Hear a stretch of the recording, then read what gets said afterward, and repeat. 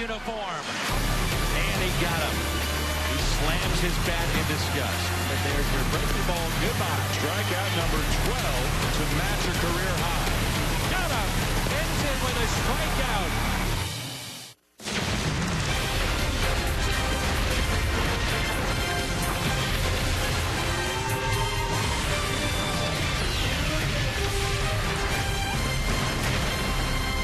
This is St. Louis Cardinals baseball. And today from Roger Dean Stadium, sun is shining brightly, a hot afternoon. It's the St. Louis Cardinals and the Atlanta Braves. The BJC Healthcare difference maker today could be this season, Adam Wainwright. The ace of the staff makes his spring debut this afternoon. And welcome to St. Louis Cardinals baseball. First time with Adam Wainwright on the mound this spring. First time with the Mad Hungarian Al Hrabosky. I'm Dan McLaughlin. Adam Wainwright, what do we expect to see today? Well, I know everybody's concerned about Adam Wainwright. Don't be. He's fine. The elbow is fine. The rib, the abdominal strain is okay. He's going to go out there. He's thrown enough simulated pitches that they expect him to go 4 innings here today, and he's still in line for opening night in Chicago. He'll be backed up by Carlos Martinez here this afternoon. It's Wainwright and the Cardinals. Coming your way next on Fox Sports Midwest.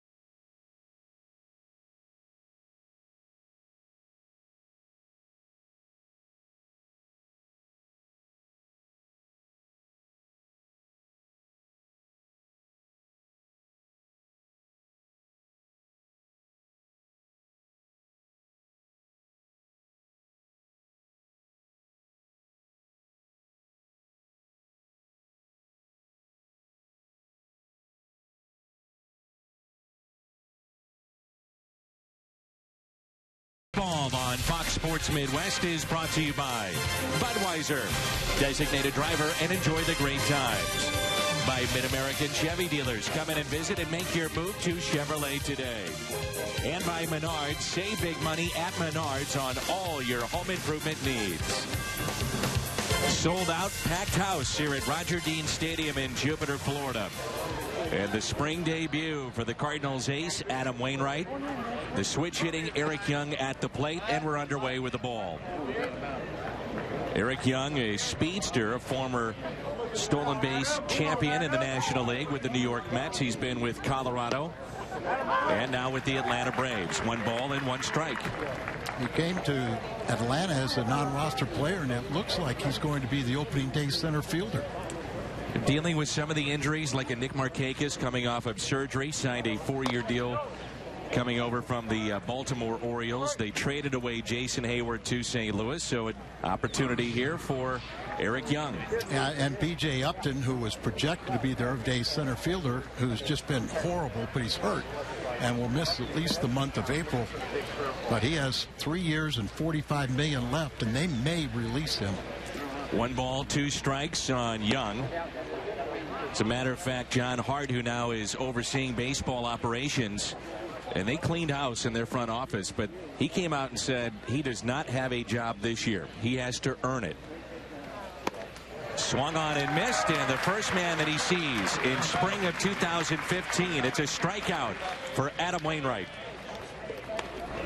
A lineup that has seen a ton of strikeouts the last 4 years for Freddie Gonzalez, and some changes with Young, now Andrelton Simmons, Jace Peterson, Freeman, Turdoslavich, Johnson, Buck, Goslin, and the pitcher Chien-Ming Wang. Here's Simmons, who is an undisciplined hitter and was part of that team that struck out so many times last season, over 1,300 times. 4th highest in the major leagues. Drops down a bunt. Foul. No balls and 2 strikes. Well, Simmons took a step backwards offensively from a year ago, but this is the premier defensive shortstop in the National League. They don't pay him for his bat, do they? No, they don't. But, you know, he'd do better. But you see Adam Wainwright, 3rd in the Cy Young, his second 20-game winning season. Had the little shoulder or elbow cleanup. But Dan, I talked to Adam today, and he said the first half of last year I felt great. The elbow was great. Second half it really bothered me, and yet he still won 20 games. There's a curveball, the signature pitch for Wainwright. And a familiar face for Braves fans makes that catch. Jason Hayward. Very much an opening day type lineup, and defense Mike Matheny here today, his lineup minus a John Jay, but the defense for the Cardinals is brought to you by Dobbs Tire and Auto Centers. Holiday, Borges, and Hayward in the outfield. Carpenter, Peralta on the left side. Wong, Adams right side of the infield, and Yadier Molina behind the plate in that familiar spot as Jace Peterson looks at a strike. But Adam, 1 month after having surgery in the offseason on his elbow, felt better. That's a base hit into right by Peterson. But Adam felt better then than he did at any point in the second half of the season. So the elbow was fine. It was just a minor little procedure. Sometimes after Tommy John, you'll have a little cartilage flap, and it can kind of work its way into an area where it would catch itself. They cleaned that up. He's fine. The abdominal strain was maybe a blessing in disguise. They wanted to back him off a little bit anyway. But I think he'll be ready for opening day, and I expect another big campaign from the ace. Here's Freddie Freeman, already with 2 home runs, 7 driven in this spring. Peterson is the runner at first, and Freeman lines it into right past Wong. Hayward, who has a very strong arm, hits the cutoff man. Peterson running well from first to third, and runners at the corners for Joey Turdoslavich.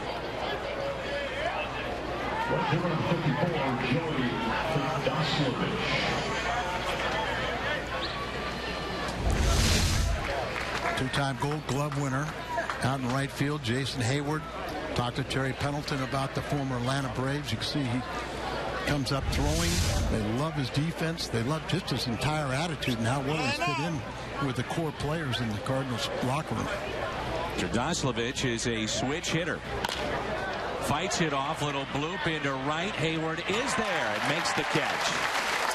So the Braves strand 2. Cardinals coming up in the home half of the first.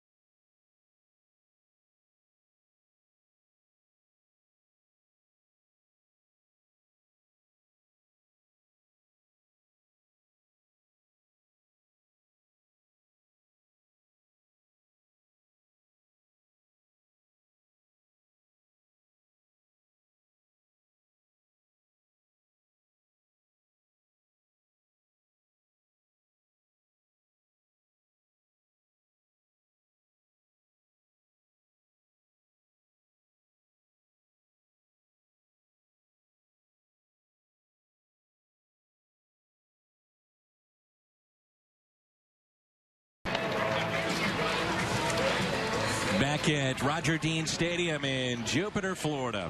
Beautiful afternoon for baseball. Glad that you're with us. Matt Carpenter will lead things off for the Redbirds. Then Jason Hayward and Holiday here in the first. Matt Adams, Yadier Molina, Johnny Peralta, Colton Wong, Peter Borges, and the pitchers will hit for the second time this spring in Cardinals action. We'll see Adam Wainwright. Chen-Ming Wong had back-to-back 19-win campaigns for the New York Yankees. Spent all of last season in the minor leagues. Signed as a minor league free agent. And trying to make it back to the big leagues. He has over 8 years of major league service. This is his first start of the year. He's pitched 3 1/3 innings in 3 relief outings, giving up 9 hits. Resulted in the high ERA. And the 0-1 to Carpenter. Really had shoulder surgery in 2010, missed an entire year, and really struggled to try and make it back. That's been the MO with him. The shoulder problems that he's had. When he was right, he had one of the best sinker balls in the game. Like I said, back-to-back 19-game winning seasons with the Yankees speaks volumes. And an 0-2. Fought off by Carpenter. So Mike Matheny is back for another season with the St. Louis Cardinals. 3 years for Mike, 3 trips to the NLCS. Well, the Cardinals 4 straight years have gone to the League Championship Series. Want that to continue, but more importantly, win the 12th World Series this year. And they could. It's a very good team, isn't it? It is. Health will be the main concern with the rotation, I'm sure, for the Cardinals, as Carpenter goes down to get it and lines it into center field for a leadoff base hit. That's good to see Carpenter. Kind of the question, he's been such a reliable leadoff man with a great batting eye, the patience, and yet you get like Holiday saying, hey, remember a couple years ago you hit 54 home run or 54 doubles. Why don't you go back and try and be more aggressive? But either way, he's a good player. Dobbs Tire and Auto Center's defense with Gosselin, Young, Terdoslavich in the outfield. Johnson, Simmons, Peterson, and Freeman along the infield, and John Buck, longtime veteran, behind the plate. Here's Jason Hayward. Nice round of applause for him. He bounces into a potential double play. Simmons the flip, then the bare hand and a stretch. Wow, what a double play. That could be the one tonight on Fox Sports Live. When we talked about Simmons, his great defense that came in and made the tough play look very easy. He had the toughest part come in on this. It wasn't a hard hit. Flipped the ball back to his second baseman. Jace Peterson came over from San Diego in the B.J. Upton trade. And he makes a nice play defensively. He's trying to make the team probably is more like a utility player, the second baseman, Jace Peterson. They have a young second baseman in the minor leagues by the name of Jose Peraza that they love. He's a very speedy player, high batting average, but he's only played like A and AA. He's the second base of the future. Converted shortstop, but because of Simmons, they got to move him to second, and they can't wait for him to get here. Here's an 0-1 pitch to Matt Holiday. Up the middle. Peterson backhands from his knees. Have an inning, young man. How about those plays defensively? Jace Peterson. The turn on the double play and a backhanded stop of this shot off the bat of Matt Holiday. That's how you make a team. Nicely done. No score.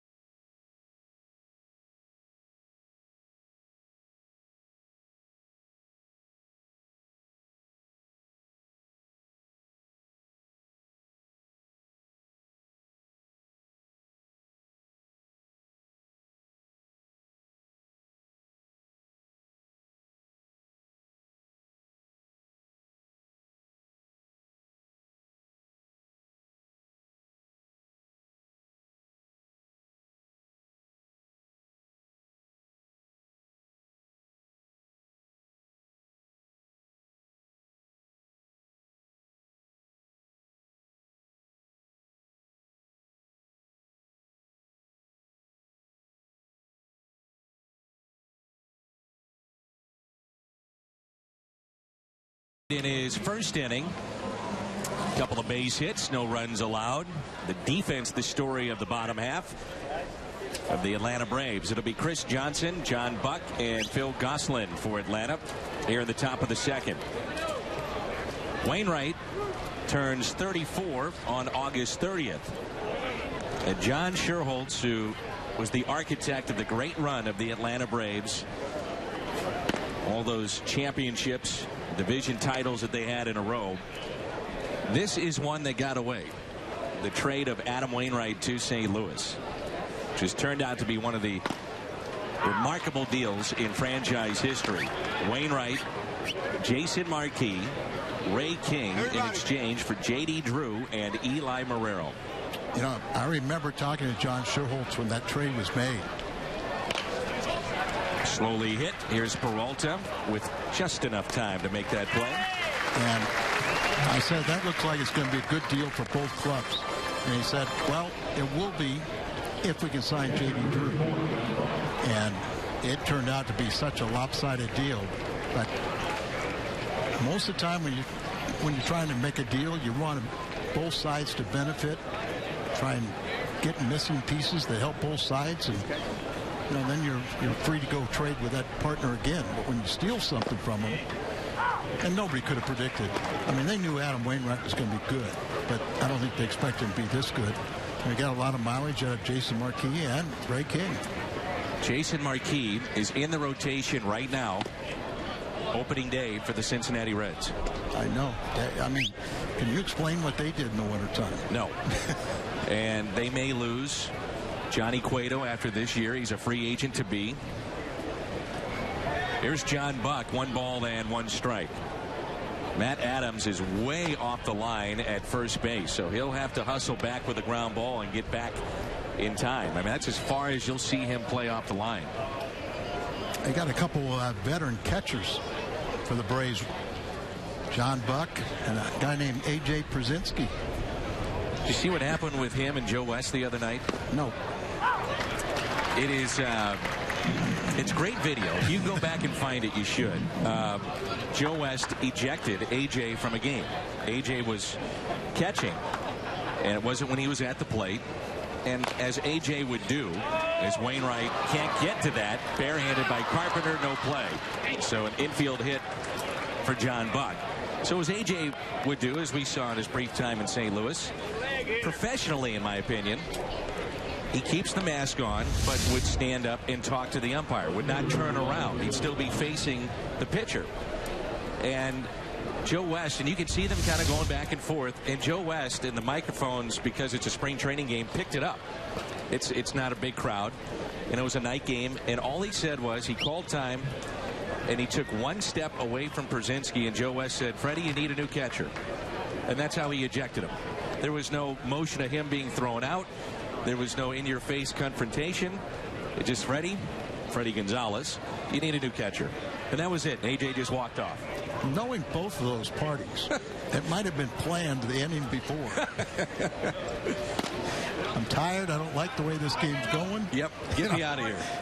I'll do something that'll give you, 2% to throw me out, but that's good enough for us. And everybody was kind of stunned in the ballpark, just looking around like, what's going on here? Usually the guy gets ejected, it's a big argument.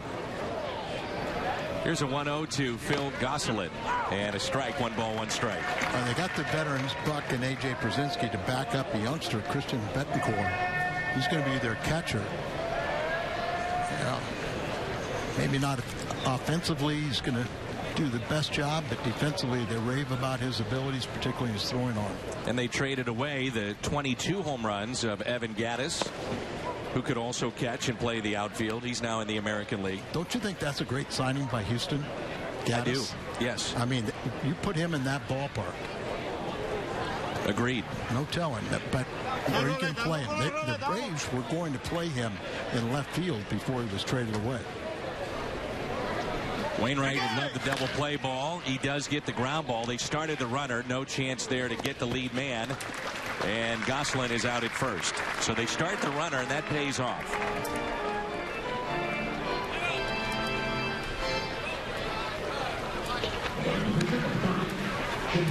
Chien-Ming Wang will be the hitter. The Braves are having a split squad, and they have 14 non-roster players here today in this, and we'll see probably a lot of them in this ball game.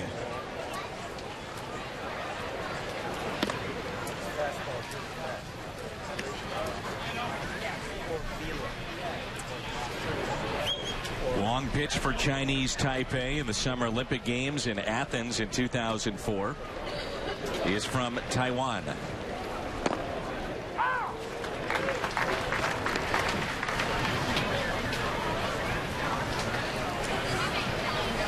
It was rather interesting about Chien-Ming Wang. In 2007, he was named by Time magazine as one of the 100 most influential people in the world, breaking up some cultural barriers in Taiwan.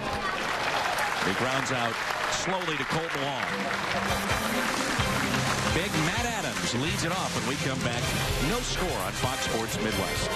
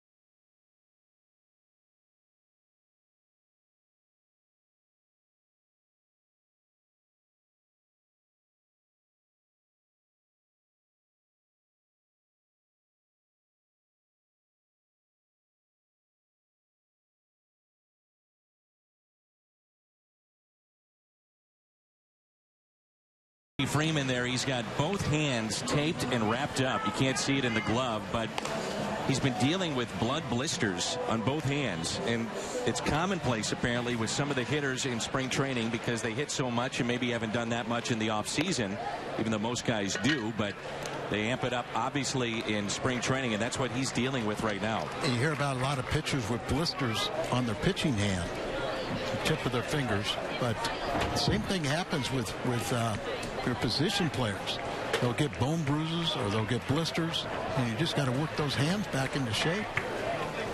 Freddie Gonzalez and the Braves last year, 79 and 83. Nearly a decade removed from the franchise's record-setting run of 14 straight division titles. In this day and age in baseball, an amazing accomplishment with free agency and how players come and go. And here's Matt Adams. Still looking for that first home run. You know, they may have a little bit of struggles until they move into the new ballpark in 2017 out in Cobb County, but I think they got three pretty good starters, and they got a great end of the bullpen. Great Kimbrel. I also picked up Grilly and Johnson, two former closers, to kind of be setup men for Kimball, who arguably is the best closer in the game today. Shelby Miller, part of the Hayward deal, has looked good this spring. Yeah, Shelby, and he'll be a big part of that rotation. Got Tehran as their ace, and he's a youngster. Here's a 2-1 pitch to Adams. Jumps on it, pulls it foul. Matter of fact, Julio Tehran had 4 complete games, and that was the most by a Braves pitcher since Greg Maddux had 6. Tom Glavine had 4 back in 2000. So when you're in that company, you're doing something right. Here's a 2-2.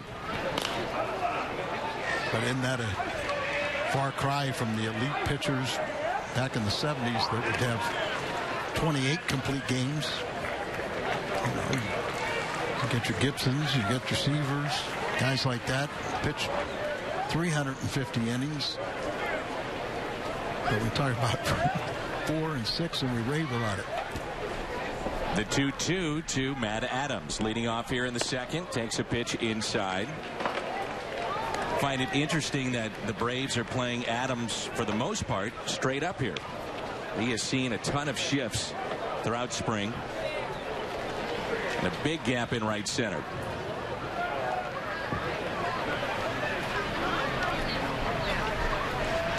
The 3-2. Ground ball, and it's a foul ball. That's going to be the two things you look at with Matt Adams, I think, going into this season. One, how to beat a shift, which a lot of players are having to deal with right now, but also hitting left-handed pitching. That's the big one. One of my biggest concerns is the offense in general, with 5 regulars that hit from the left side. And of those guys, only the fly ball out to shallow right, and running in to make the catch, Terdoslavich. John Jay's the only one that proved last year that he could hit left-handers, but is that a fluke, or is that going to be the norm? This afternoon, Fox Sports Midwest televising the Missouri High School Basketball Championships presented by Bommarito Automotive Group. Catch the boys and girls Class 4 and 5 finals live today on FoxSportsMidwest.com and Fox Sports Midwest Plus. Check FoxSportsMidwest.com for the schedule. 1 out, nobody on. Here's Yadier Molina. Your first look at a slim-down catcher of the Cardinals. Well, I got a chance to see him in January with the fantasy camp, but he looks like he's even lighter than he was in those days.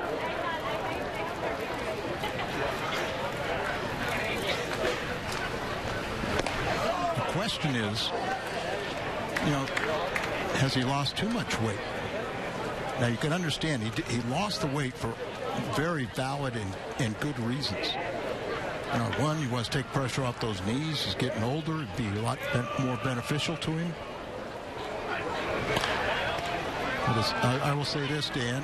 It may be surprising to you, but it's a little easier to put weight back on than it is to take it off. So been there, done that. Yeah, if he feels like, he needs to gain a little more weight for the stress of the season, that'll be easy to accomplish.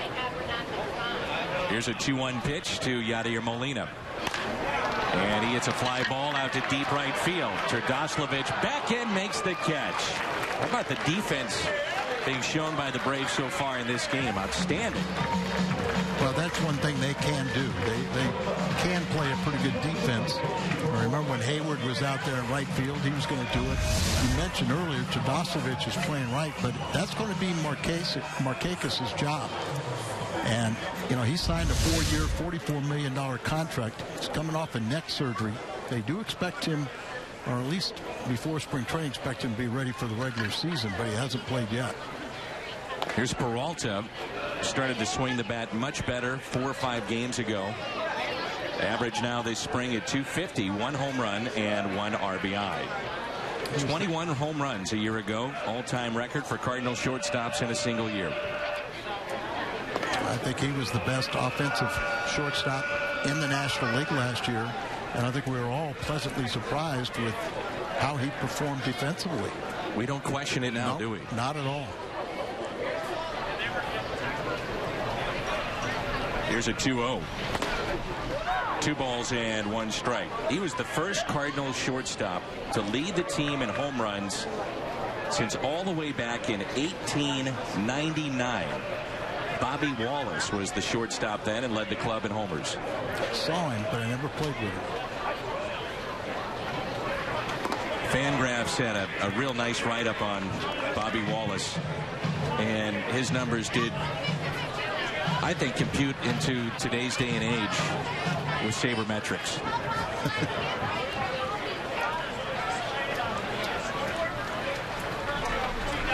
The 2-2. Again, Terdoslavich near the Cardinal bullpen in foul territory, and he makes the catch. Beautiful afternoon. It's like Groundhog Day here. It's always beautiful, warm. The sun is shining. A big crowd. A little beach time. Cardinals baseball.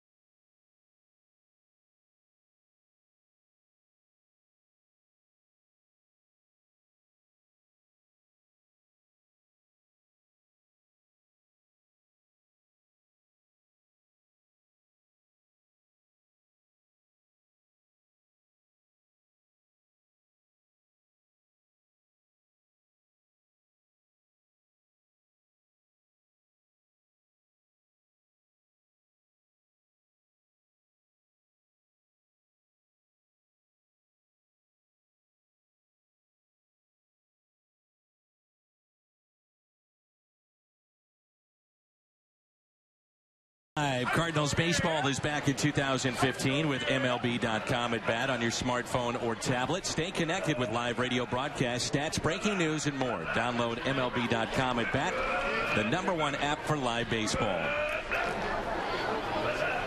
Eric Young Jr. leads it off, the top of the lineup here for Freddie Gonzalez and the Atlanta Braves. Young, Simmons, and Jace Peterson. Eric Young struck out swinging his first time up. We were talking about the Upton brothers, and I misspoke. BJ is now Melvin, and he's still with the ball club and is hurt and questionable whether he makes his team. But Justin Upton was traded to San Diego for 4 prospects, and Jace Peterson, the young second baseman that has impressed us today, is one of those 4. But EY is probably going to make the ball club. He only played 34 games in center field in his career. And he'll probably be the opening day center fielder. Now, you talked about it earlier that the Braves are looking forward to moving into their new facility, which will be in Cobb County. You lived in Atlanta. You played for the Braves. Where is that? In north. Okay, so we're going to go north about, what, half hour? Well, you got the Atlanta traffic. Well, yeah, you got to count that. And I think they were being a little facetious. I read an article saying that a lot of the visiting teams probably will not be able to get to the ballpark because of the traffic. Well, it's a traffic jam in Atlanta when everything bottlenecks going into town. And with Atlanta, Fulton County is south. This is north in the suburbs. And they're going to have a vast area where they can really develop that entire area for, an entertainment district around the ballpark. I think it's going to be a fantastic idea. There's Andrelton Simmons, who flied to right his first time up. We probably won't go anywhere near downtown Atlanta again. Good breaking ball, and it's 0-2. Once they open up that ballpark. Mentioned the big trade that brought Adam Wainwright to St. Louis, and he now is 8th all-time in Cardinals wins with 119. He is 2nd all-time in strikeouts with 1,306, trailing only Bob Gibson, well above 3,000. Gibson, by the way, 251 wins. That's first in franchise history. Adam 20-9 last year, and it was his second 20-win campaign. And if not for, let's say, Clayton Kershaw, who knows how many Cy Young Awards that Wainwright may have on his mantle. Well, he's obviously the best pitcher not to win the Cy Young in the National League, and he should have at least one, maybe even more. Kind of like Albert Pujols early in his career when Barry Bonds was still playing. Sure. Lost a few MVP votes. 2-2, the count on Simmons. The fly ball into shallow right. Hayward calls off Wong and makes the catch. 2 down. Wainwright seems to be settling in as you see the multiple 20-win seasons. Gibson had 5 of those. Dizzy Dean, Mort Cooper, Joaquin Andujar, and Adam Wainwright. The Cy Young's, Bob, is the only Cardinal pitcher to have more than one. He has 2 Cy Young awards. Good breaking ball, drops in for a strike to second baseman Jace Peterson, who's had a couple of dazzling plays defensively already in this game. He also has a base hit. He's one of the young players that came from San Diego in the Justin Upton deal. Trying to restock their farm system. It's not that productive.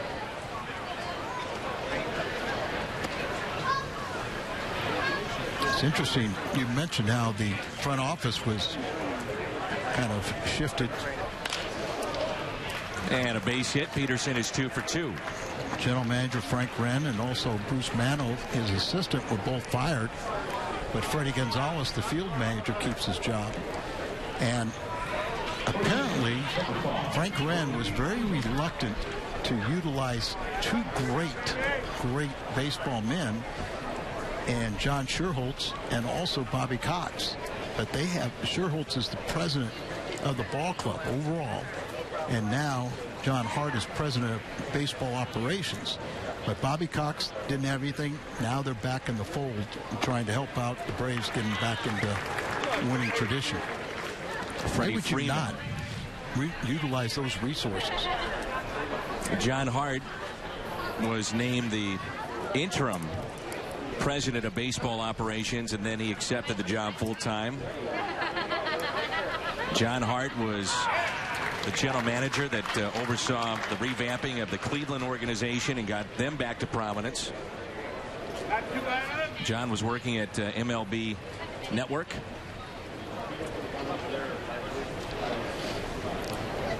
Freeman, 0-2. Single to right his first time up, and a check on the runner. That's Peterson at first. No score. The Cardinals and the Braves playing in Grapefruit League action here on Fox Sports Midwest. Braves are trying to build around Freddie Freeman, and that's a pretty good choice. Long-term deal. He's in the fold for a number of years.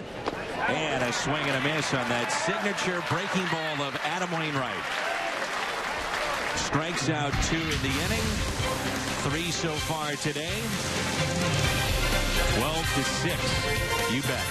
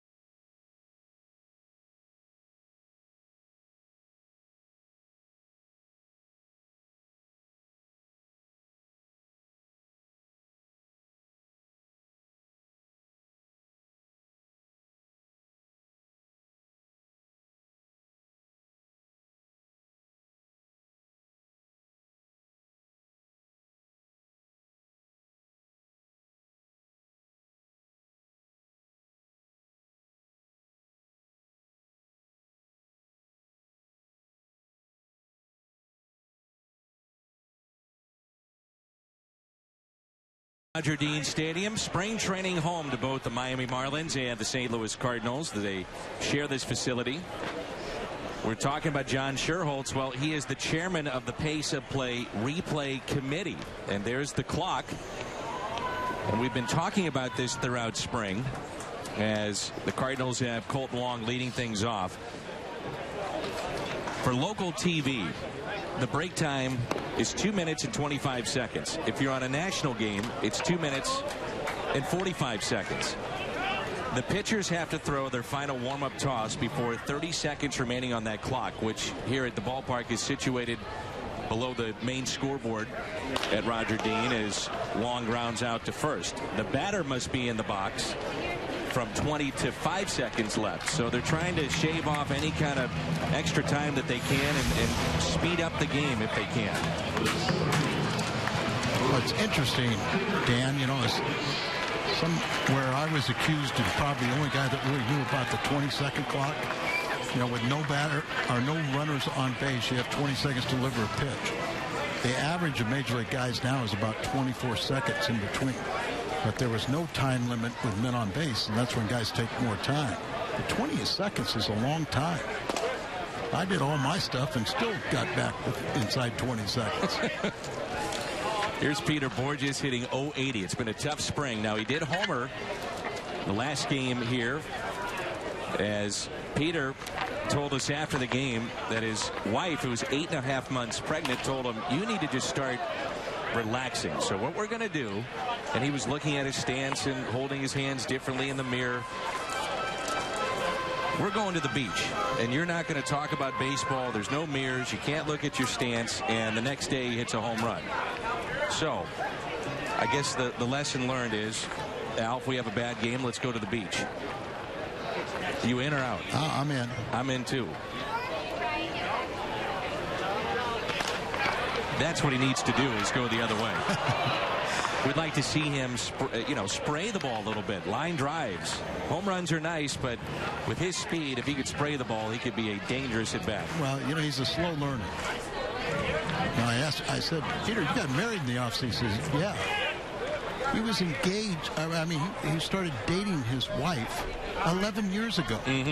11 years ago. She didn't give him an ultimatum until last year. He said, I'm getting it all out of the way. The wedding and now the little check swing and have a baby ball due on April 21st, he told me. It's a due date. Hey, hello to Annette Wine Store at Nazareth Living Center and Father Edwin Albers. Dan and family are down here enjoying the sunshine. Hopefully Annette is enjoying Cardinals baseball on Fox Sports Midwest today. I thought Dan was such a good son, he'd bring his mom down here with him. Well, we'll have to ask him. The 0-2. That swung on and missed. Buck will throw to first, and a strikeout of Peter Borges on the breaking ball.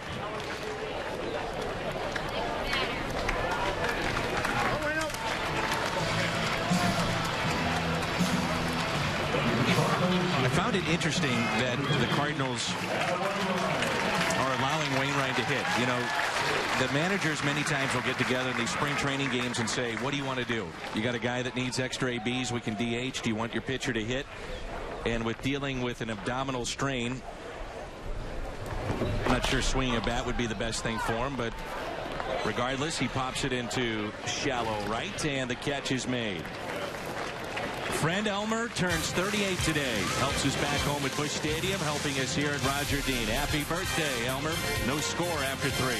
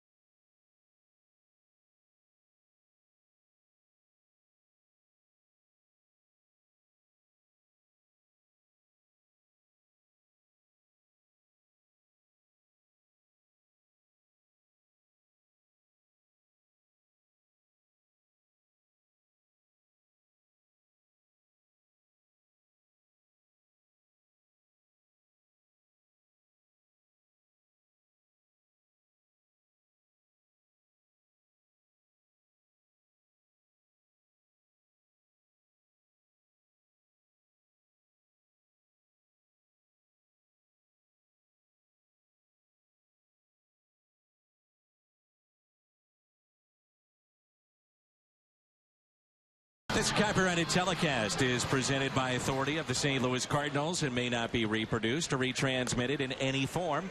And the accounts and descriptions of this game may not be disseminated without the express written consent of the St. Louis Cardinals. Peanuts, popcorn, Cracker Jack. He's pounding that popcorn. A warm afternoon here at Roger Dean Stadium. Well, at least back home, everyone's pretty comfortable. It's supposed to be around 71 degrees in St. Louis today, so I'm sure a that lot won't of be eyes opening day, will it? No. A lot of eyes, I'm sure, on this game. Fans know about Adam Wainwright making his spring debut. And what have you thought of the first 3 innings? Well, I think the most important thing is how he comes out and how he recovers tomorrow. But you're starting to see that pull down on that curveball. And, you know, he's throwing strikes, which it is. I talked to him today about, you know, with only 3 starts, a lot of times, you know, position players don't need 6 weeks, but usually pitchers do. And you usually hit a dead arm stage about this time of spring. And I asked him, are you worried about that? And he said, no. You know, I said, could that happen in April? And he goes, well, I don't think so. And if it does, so what? You know, you just pitch through it and you recover as he walks one. But I think ideally they'd like to get him through this inning and be happy. Joey Turdoslavich with a leadoff walk. A look at what Wainwright has done thus far. First inning, he got the first 2. One was via the strikeout, then back-to-back hits and got out of a jam. Gave up a single in the second. Struck out 2 in the third. Braves with 4 hits. No runs. The Cardinals with 1 base hit, no runs. And a scoreless ball game as we play here in the top of the 4th. You know, Adams a strike thrower. You know, you saw that final strikeout of Freeman was a real good breaking ball, probably the best he's thrown today.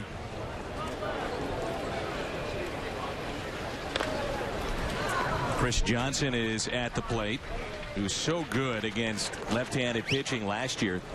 Matter of fact, second best against lefties, hit .395, only .231 against the righties, and overall hit .263. His first year 2 years ago, coming over from Arizona, vying for a batting championship, ended up at .321.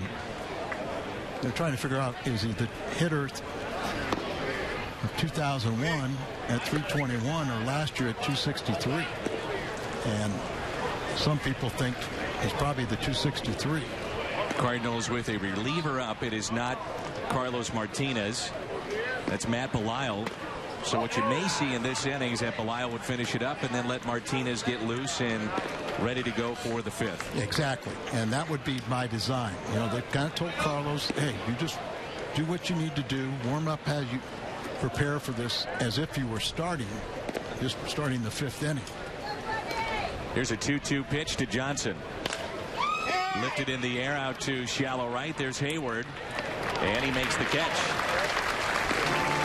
You know, the byproduct, too, of getting a Jason Hayward, we mentioned it earlier, is that the Cardinals' production offensively from right field was the worst in the league. So you're getting an upgrade there. But watch him every day defensively. And just being down here and watching the guys play day after day and having a chance to see Hayward now a couple weeks just about every day. I mean, it's noticeably different, Al, how good he is defensively. Well, like we mentioned, 2-time Gold Glove winner, won his 2nd last year.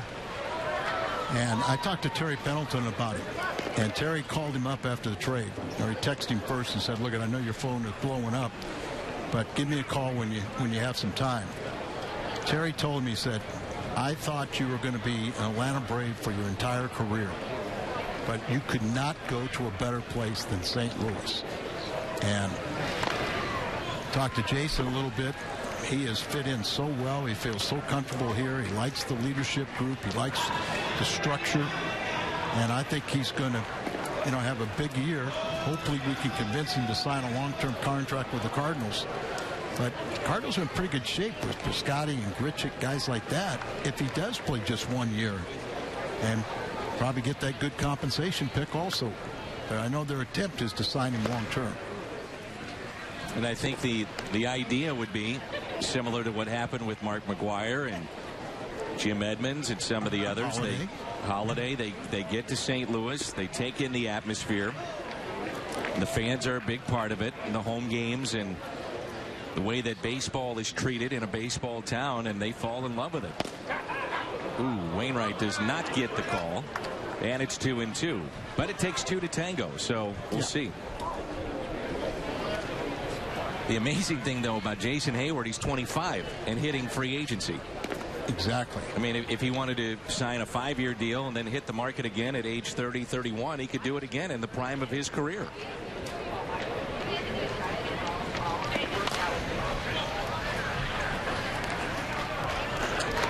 I guess the scary thing from an ownership standpoint is now if you're any kind of a free agent outfielder, everybody said, well, Stanton's making $325 million. You know, you can make a comparison that Hayward has the ability to rival him. The 2-2. And Dan, could you imagine if Stanton, was not a free agent? Can you conceive of any other team giving him $325 million? It's a backloaded deal. To answer your question plainly, no. I think the risk, though, that the Marlins felt as the runner goes on a 3-2 is that if he hits the open market, they're not going to be able to compete. So if we can try to tie him up and overwhelm him, we build around him. And we're trying to convince our fan base yet again, believe in us, because we're going to try to put the money in the product, which is the payroll. And so the first guy you talk about is Stanton. Now, he's also a California kid, and you wonder about the money that the Dodgers have. You know, if he hits the market, would the Dodgers say, okay, we're going to go get him? Could be 2. A flip and a flip. Double play. 6-4-3. They started the runner, but he hit it so hard. A double play. We'll see Jason Hayward coming up, batting second when we come back.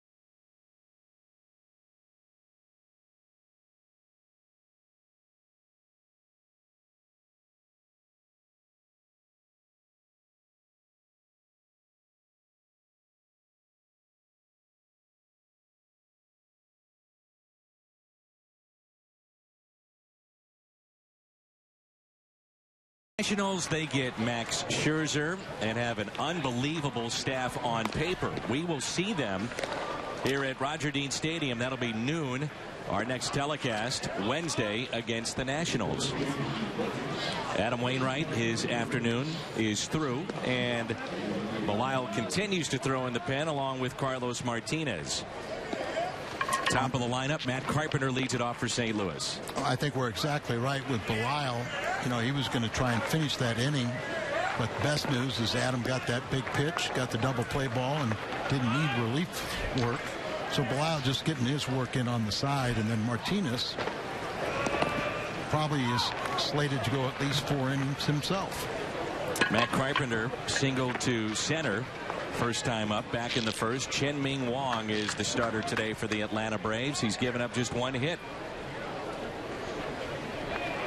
And the 0-1. Shortstop Andrelton Simmons puts it away for the first out. He's fun to watch, boy, with that glove. I know that's routine, but he makes some of these plays that are not routine look routine. Outstanding find out of Curacao, where the Braves has had some pretty good ones come out of that tiny Caribbean country. And there Carlos, who is still vying for that 5th spot, but because of what Garcia has done, he's kind of put himself right in the picture. And so is Marco Gonzalez. Marco Gonzalez.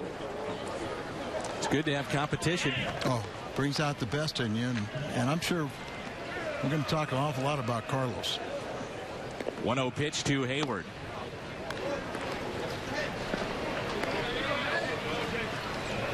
Atlanta native. 1 point, the #1 overall prospect in all of baseball. First plate appearance ever in the big leagues. A home run. He grounds it right side and a base hit.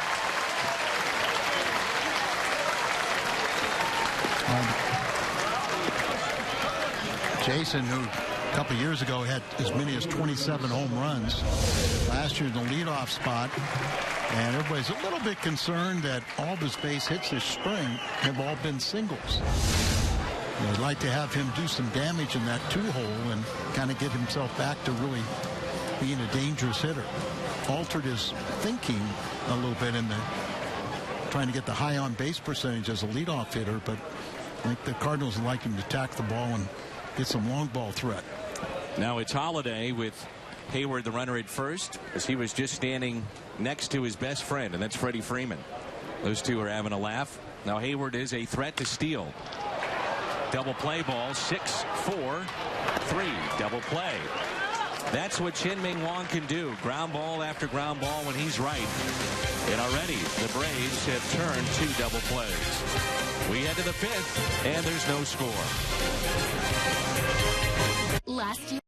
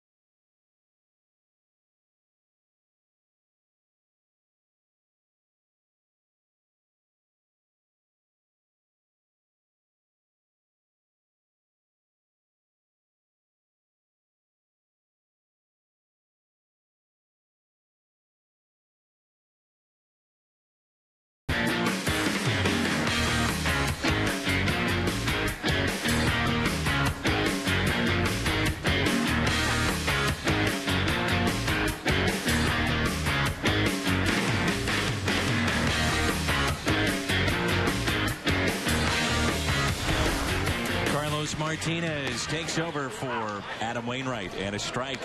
It was Interesting to watch that they held up Martinez and the hitter.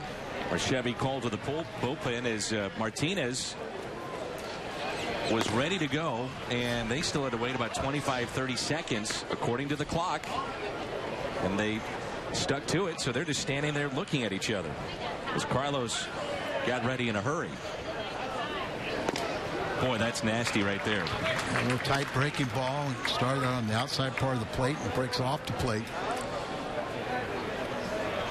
These are his numbers here in spring training. He really had one roughed outing over in Fort Myers.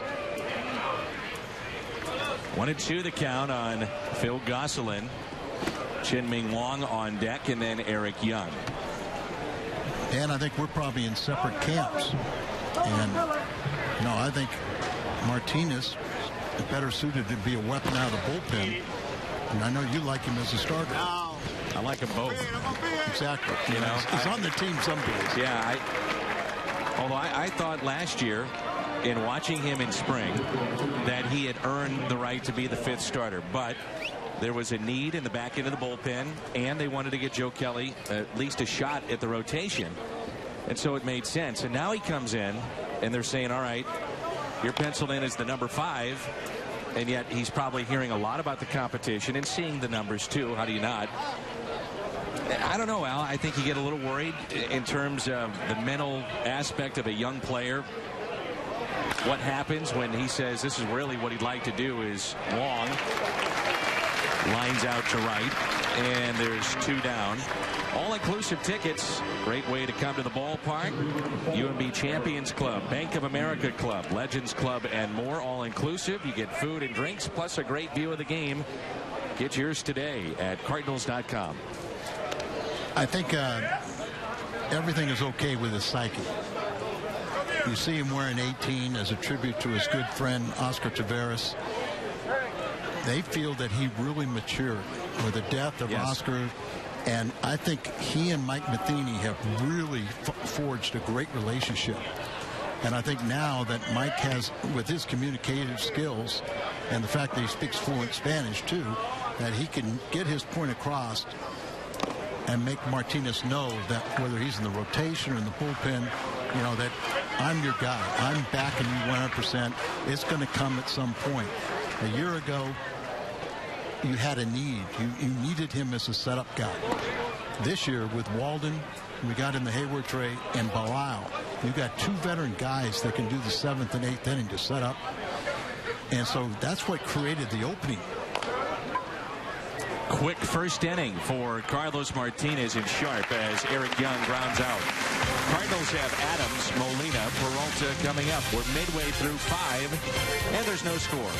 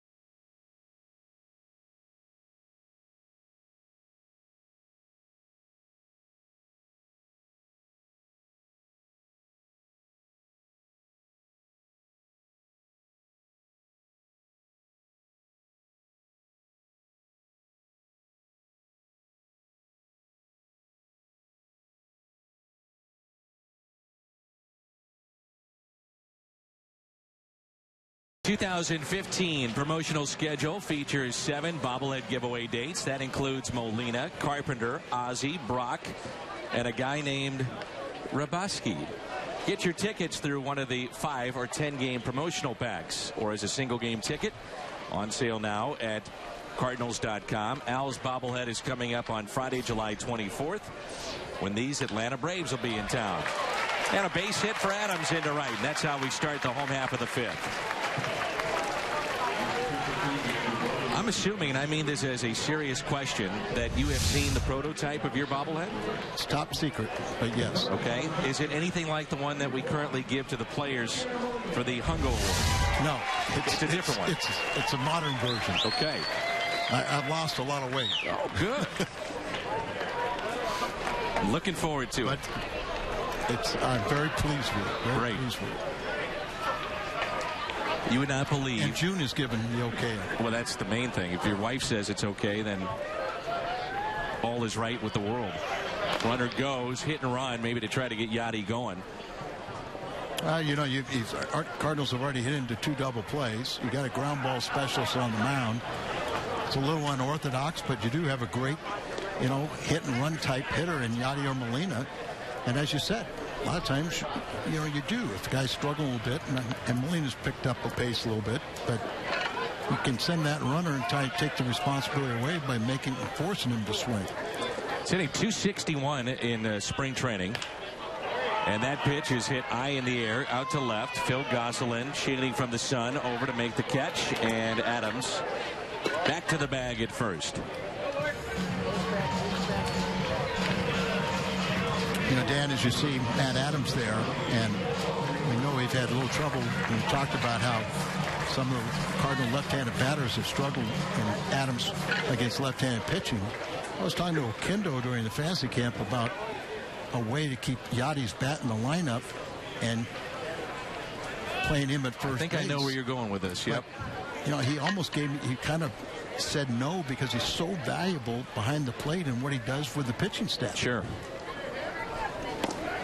And then also the fact is, Mark Reynolds, when is he going to play? You were asking me earlier who's been impressive in spring, and the first name I mentioned was Pete Kozma. I also think Reynolds has taken some really good at-bats and looked good this spring, too. As Peralta swings and misses, nothing in 2. Well, and that's good to hear because Mark Reynolds can play first and third. Right. He's had 7 consecutive seasons of hitting 20 home runs or more.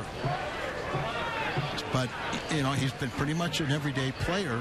So he's hitting off the bench, which has never really been that productive.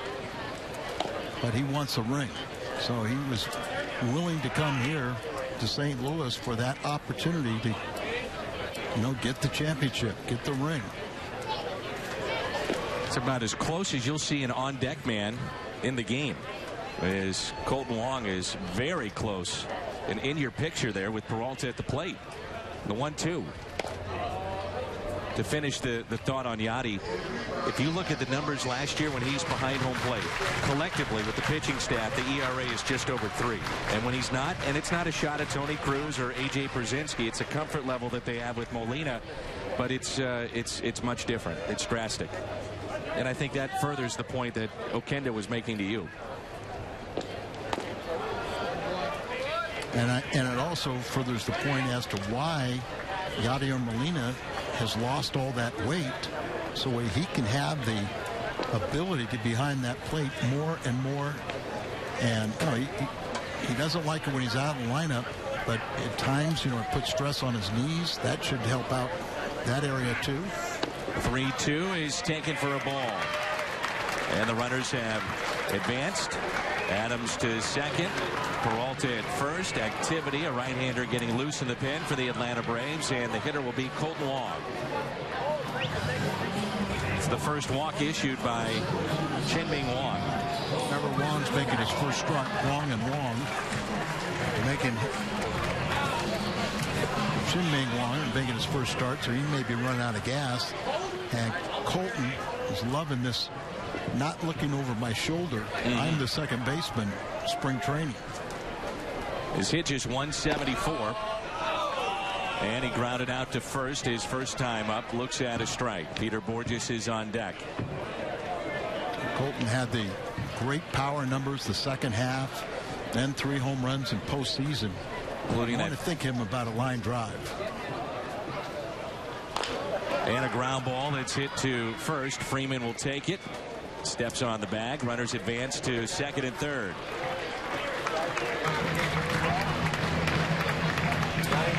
Perfect time for Peter Borges to add a little more confidence, come through in the clutch. Well, with double switches, and you think about how good the Cardinals could be defensively in the outfield late innings, Peter Borges is an important part of that discussion. You know, he came over as a highly thought of defensive player. Never really got on track last year. He's had the hip surgery. He says he's swinging it a lot freer, a lot easier at the plate. Let's see if he can't come through. With 2 outs, the corners are in.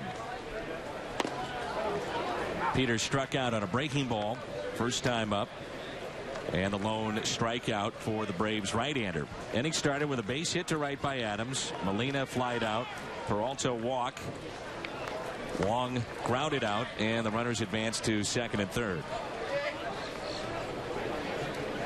The 0-1.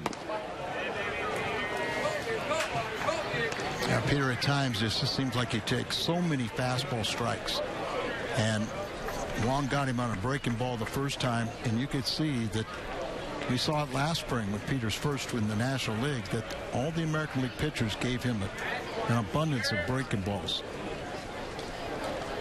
The 1-1.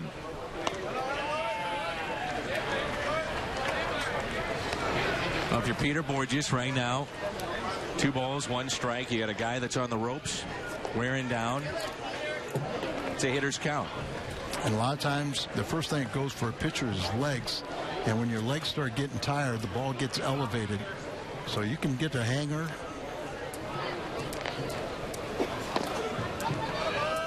Well, this tight zone, the strike zone's gotten very tight, hasn't it? There's a couple of pitches on Peralta just like Exactly. that I thought were strikes. But Peter is thankful. 3 balls and 1 strike as Vizcaíno is throwing in the pen for the Atlanta Braves.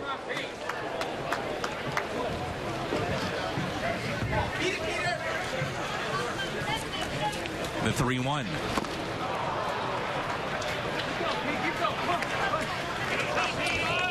He's chased an off-speed pitch. Breaking ball off the plate. Be aggressive, but also don't expand your zone, and that would have been ball 4. But you do have the pitcher on deck. Martinez likes to swing the bat, though. Yes, he does. Very good athlete. Well, he was a converted shortstop, and he still thinks at times when he's in the batter's box, he's a position player. 3-2 the count. First base open.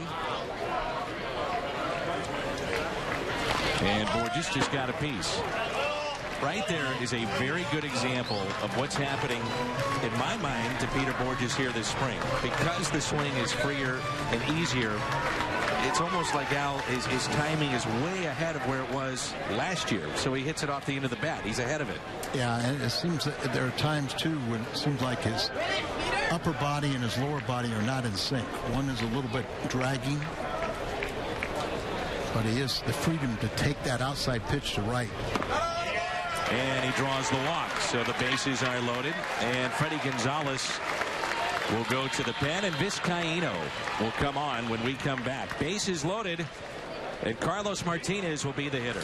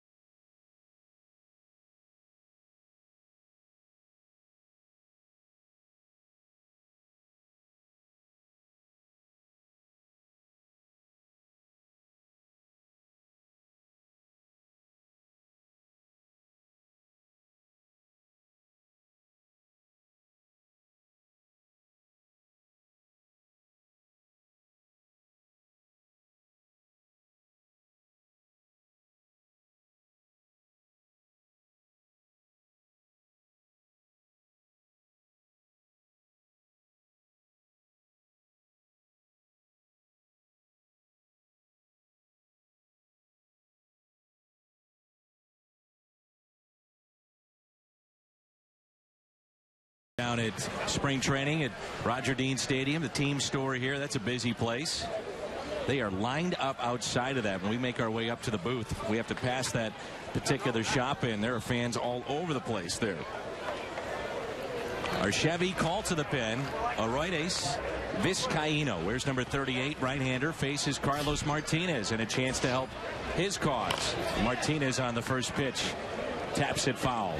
Vizcaíno was a prospect in the Cubs organization.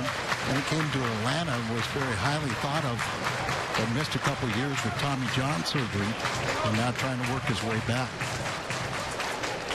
So a couple walks in the inning for Chien-Ming Wang, and his afternoon is through. No score, and the 0-1 to Carlos Martinez. Hits it sharply to second, and a flip.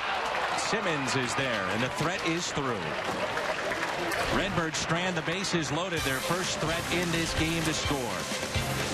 We have no scores. We head to the 6th. Cardinals baseball on Fox Sports Midwest.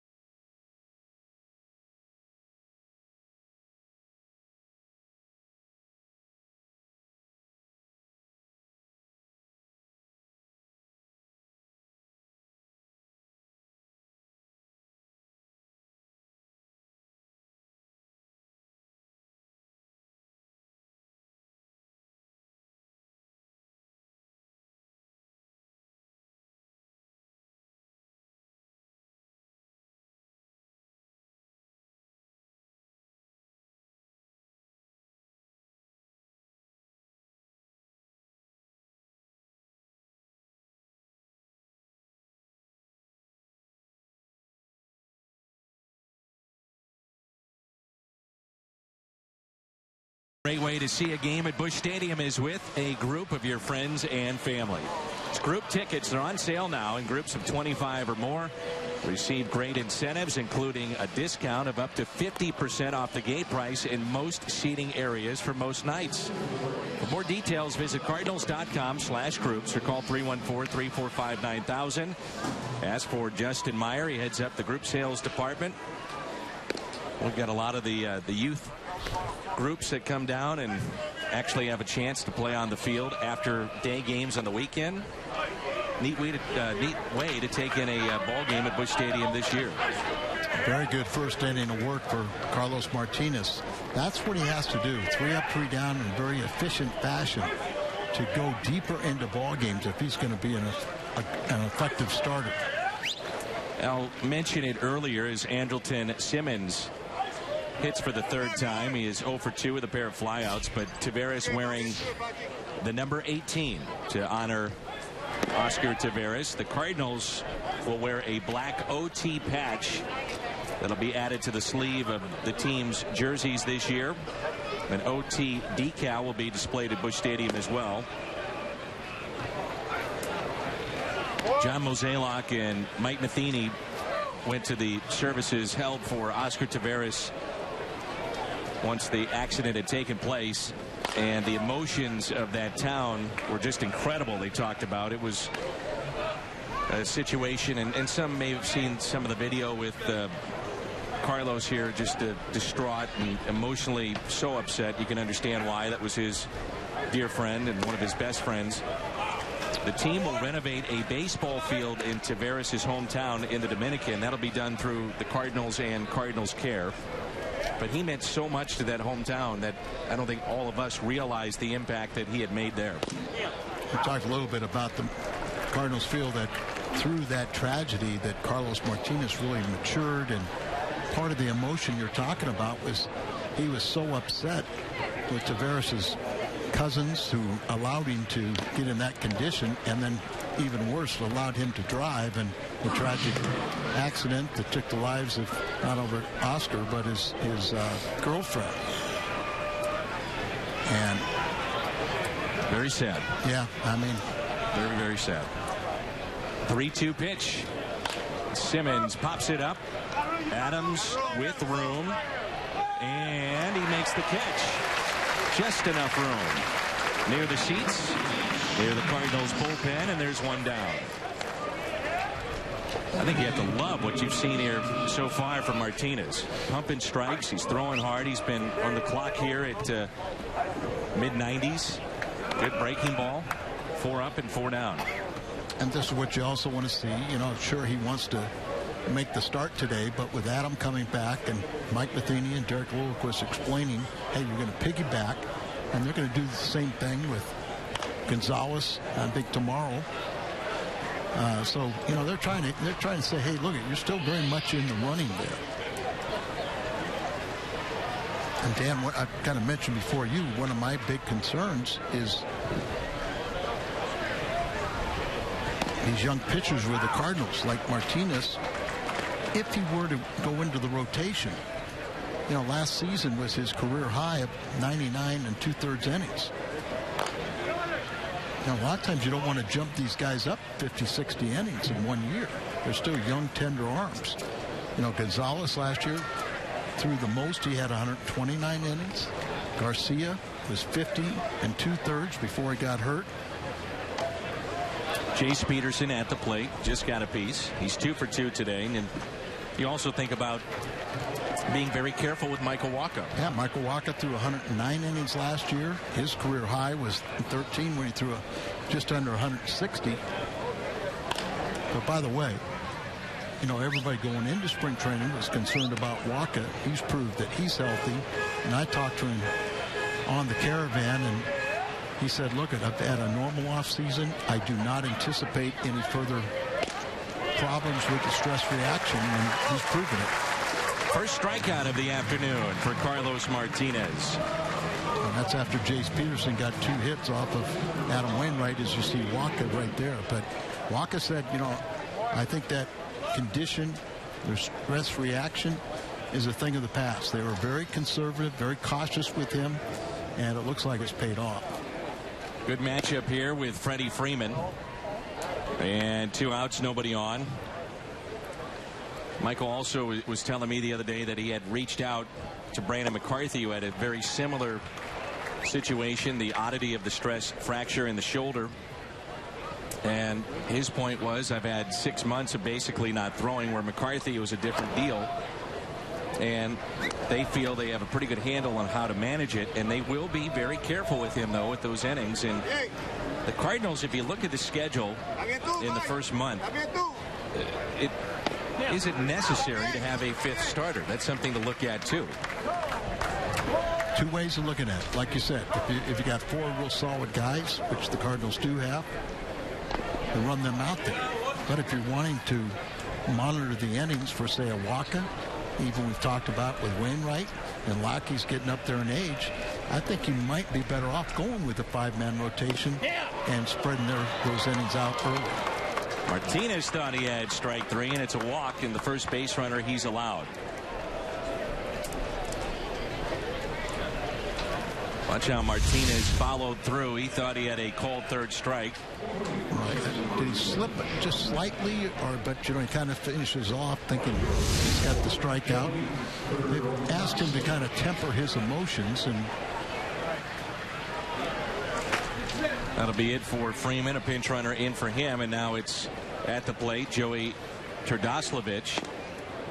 This, to me, is a real key for Carlos Martinez, dealing with a runner on, and in particular, mechanics. The Cardinals have worked on his delivery to the plate, and at times he can get rushed. The Cardinals want to be as quick as they can to the plate, give Molina an opportunity to throw. However, what they have noticed in particular with Martinez, this is where his issues come from at times, not all the time, with mechanics, and then in turn with control and throwing strikes. 1 ball, 1 strike here.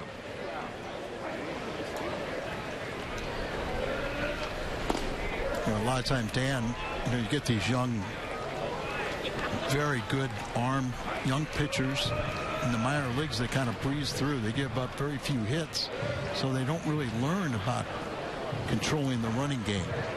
You know, with Yachty there, you just want to you want to get the ball to him quicker. But they were talking about, Derek Lilliquist was talking about. I think that's what Yachty's doing right now, is talking about those mechanics. And don't let it fly open, try and be too quick, and then your arm's dragging so you don't throw strikes. But, you know, they were telling me Segrist was like 1.7. He's got it down to like 1.2. But if you're throwing 1.7, your release point to the plate, you could have a bazooka back there, which is pretty close in Molina. But the guy, you know, you can't throw out the guy if he gets a good jump. 2 balls and 2 strikes. It's also the one thing that Martinez is going to have to prove, that he can continue to get left-handed batters out. That's been his biggest problem. A short lead at first, a 2-2 pitch, and after the visit from Molina, a couple of off-speed pitches. They're going to say, hold on, they're going to say that that's a foul ball, and he remains alive at the plate. Well, try and sell it. Well, everybody was running off the field, including Yadier Molina. We had started the music, and when we start the music, that makes it official. We go to break. 2-2 the count. I thought they wanted speed-up rules. There you go.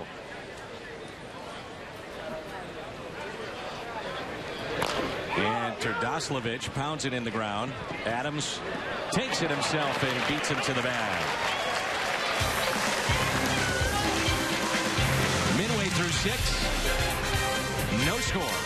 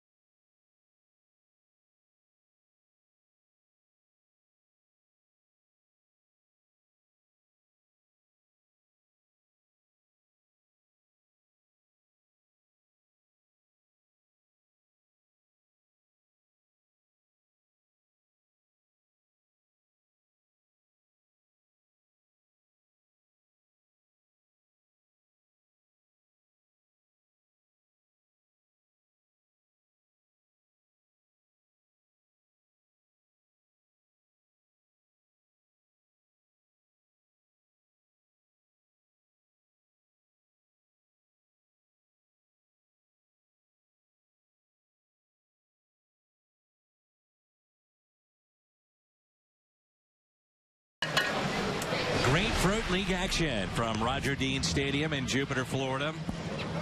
Absolutely gorgeous. And the Cardinals and the Braves, no score as we move to the bottom of the 6th. Second inning of work for Vizcaíno. Matt Carpenter will lead it off. So the top of the lineup here for the Cardinals with Carpenter, Hayward, and Holiday.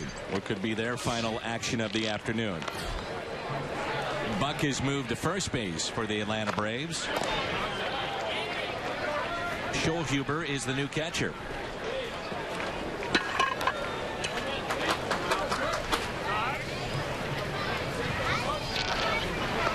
Matt Carpenter today a single to center and also popped out to short. But the big story for the Cardinals, if you're just joining us, Adam Wainwright, 4 innings, 1 walk, 3 strikeouts. Gave up 4 hits, no runs. The 2-0.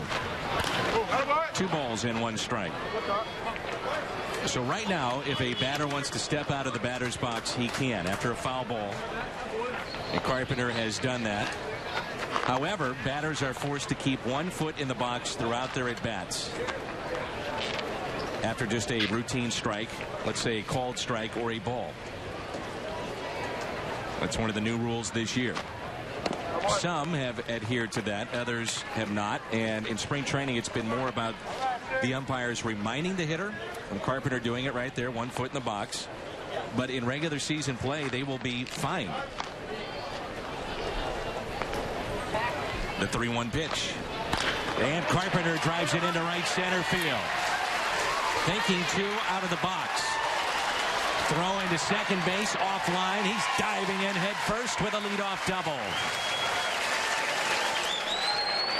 Carpenter now 2 for 3. Cardinals only have 4 hits. 5 hits on the day. Carpenter's got 2, but 2 years ago he hit the most doubles ever by a left-handed hitter in the Cardinals' distinguished career. He picks up a double here. And a leadoff double could be a good opportunity to score. His day is through.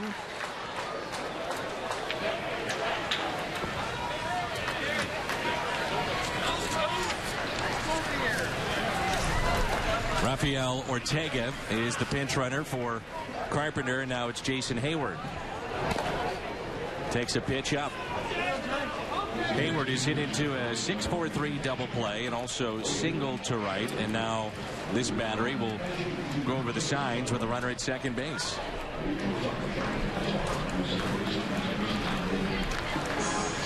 You know, Dan, it's interesting. You talk about the speed-up rules.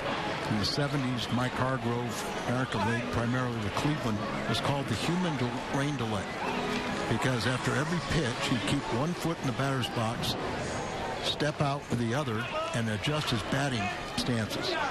And he was the human rain delay, and now you see every hitter do that and embellish it about 3 times as much time.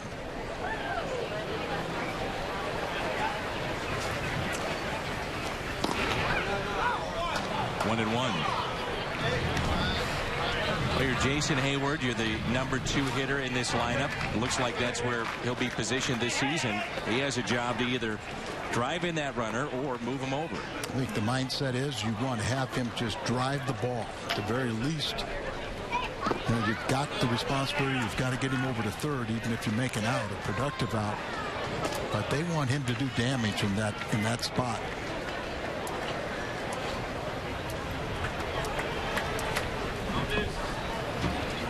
Two balls, 1 strike. Holiday is on deck. Rafael Ortega, the runner at second base.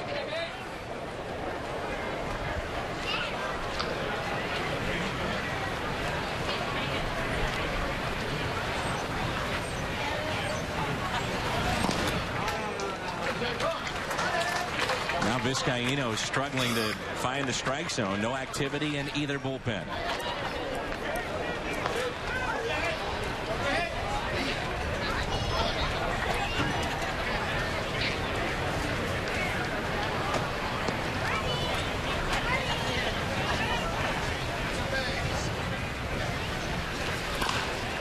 Is popped foul and out of play.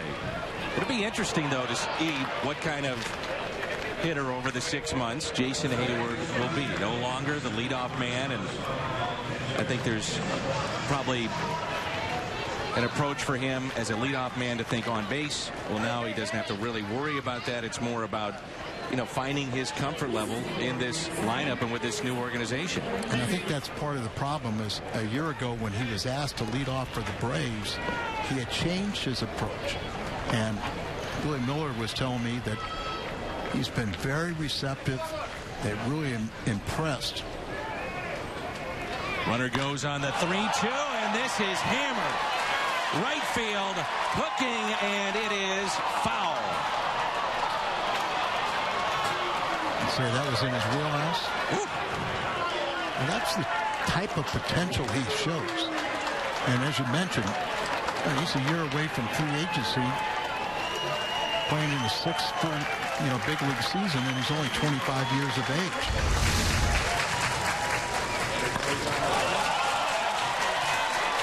Had 27 home runs in 2012. Got hit in the face. See the face guard. 2013, last year, part of the year, he was the leadoff hitter, and now they're trying to get him to swing the bat like that and show that. Show the power and show the threat. So a double, now a walk, and a chance for Holiday. Holiday has had 2 hard-hit balls, but nothing to show for it.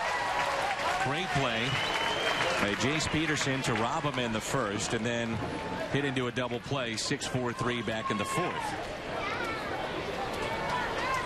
That's always going to hit into a lot of double plays because he hits the ball so hard and so many ground balls. First pitch in the air near the Cardinal bullpen, and Buck makes the play. Ortega tags up, and a heads-up play going from second to third. I like what Jason Hayward did right then. He was telling the lead runner, Ortega, who's a young outfielder, to get to the bag and tag up. You've got to, even if it's Freddie Freeman or a regular first baseman, you got to convert him. You got a catcher, Buck at first base, but he's got his back to the infield. So Ortega knew what to do, but Jason Hayward was telling him, get over there, get yourself over, because not only is the first baseman got to catch it over the shoulder, but then he's got to turn and throw. And with Ortega's speed, there's no way he was going to get it. So runners at the corners, 1 out. And here is Matt Adams. Single to right back in the 5th. Popped foul and out of play. He's also flied out to right. Best threat the Cardinals had in this game was last inning. Bases loaded, but it was Carlos Martinez at the plate. Molina is on deck. Last season, Matt hit 15 home runs. That was 2 fewer than the year before, with more than 240 more at bats last year. Good cut. No balls, 2 strikes. That'll get a hitter talking to himself saying, I missed my pitch. Good swing at it, but didn't do anything with it. And again, the Braves playing this straight up, especially with runners on, but they did that with the bases empty against Adams the previous plate appearance. Here's the 0-2. And Adams hits a fly ball into shallow center. The catch is made. Ortega tags, throw to the plate. They got him. It's a double play. This game is still scoreless. Strong throw from center field. On a hop, and they get Ortega. We head to the 7th, scoreless.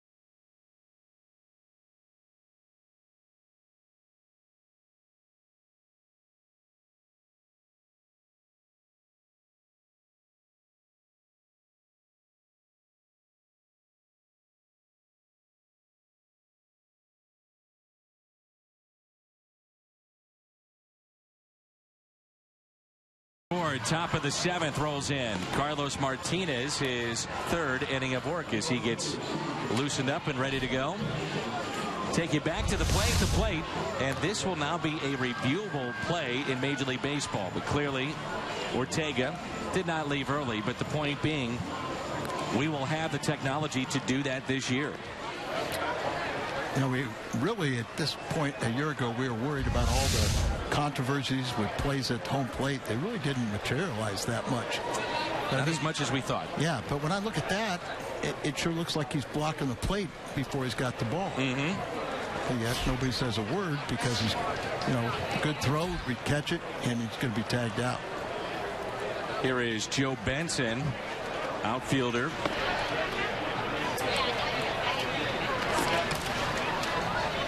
So if you're Mike Matheny or Derek Lilliquist and you're seeing Carlos Martinez face the likes of a Joe Benson who will not be on the Major League roster, and that's off the glove of Peralta. But the idea is you're going to be facing, let's say, some minor leaguers coming up, some of the non-roster invitees that they brought here. Do you get a good gauge of what you're seeing, or is it just the eye test that you know in watching Carlos Martinez? It gets frustrating if you're, you know, have been an established pitcher like a closer that waits to the 9th inning and now you're facing all these minor leaguers. That's why you see today closers pitch in the middle of the game. Sure. Where you still may face those major leaguers. But I think in the case of a Carlos Martinez, you just want to see his good live arm and you want to see him throw strikes. There's John Buck.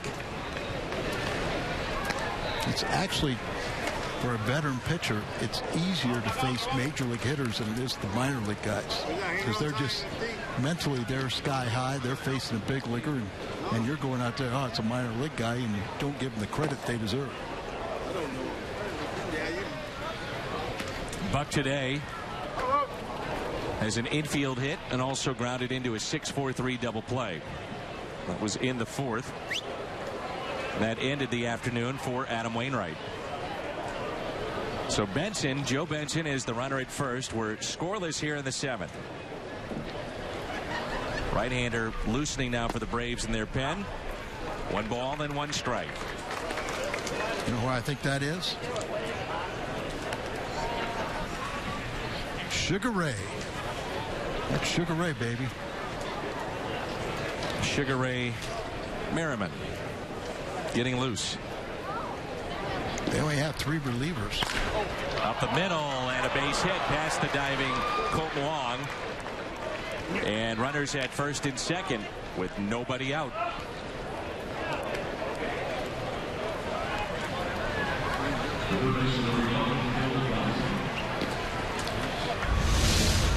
Dan, here's a situation here. The ball right back up the mound. You see Colton trying to dive for it. Now, Martinez, who has that delivery that really his follow-through carries him and puts him in a non-fielding position. But he's also looking for a ground ball to get a double play. Got the ground ball. It just was not at one of his fielders. Let's see how the Cardinals want to play this with runners at first and second. You have Phil Gosselin at the plate. Certainly could think about the bunt. Martinez fields his position so well. Chance to get that lead man. He was showing bunt and a strike. It's now Jacob Wilson who's down at third. And he's opened up some eyes here in camp. Very good defender. And a player that in the future could play all around the diamond at some point and be a major leaguer. They really like him. Yeah, they've convinced that he's going to be a major league player. Xavier Scruggs is at first. He's charging. He's in. Go get it. Go get it. Go get it. Oh, watch out. 1 ball and 1 strike.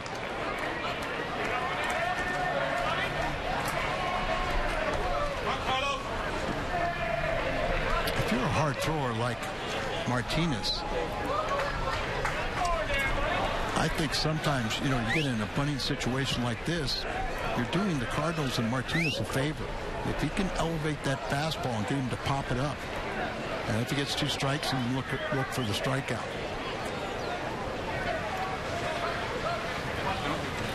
It's Bo Porter, who is the third base coach.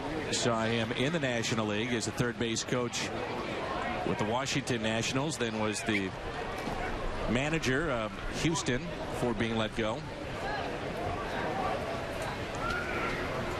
1 ball, 1 strike on Gosselin. Go get it. Go get it. Foul ball.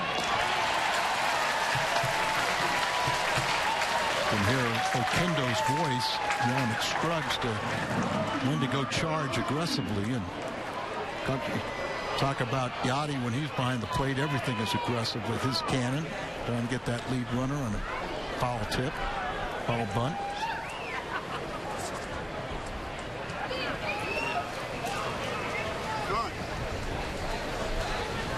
So now with 2 strikes, is he still bunting? And Oquendo, we can hear him here. He just told Xavier, back it up a little bit. Now with 2 strikes, still be aware of the bunt.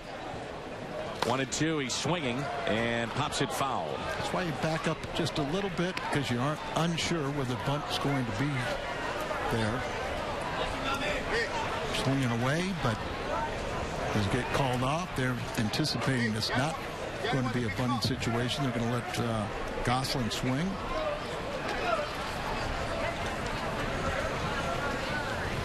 One, 2, taken low, 2 balls and 2 strikes.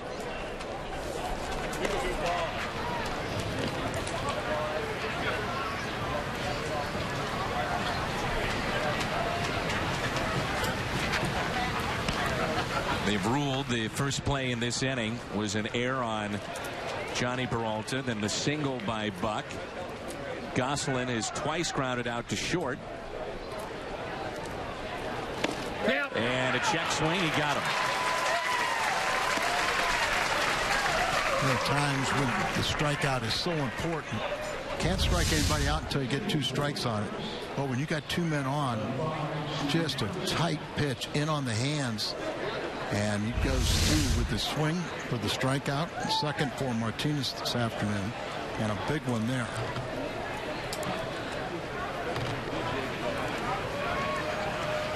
Keith Curcio wears number 95 for the Atlanta Braves.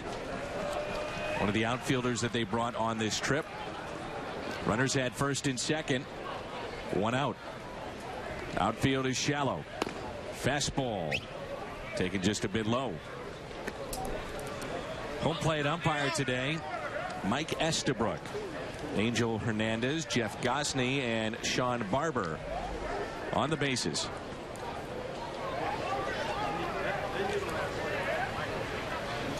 The 1-0. 1 ball, 1 strike.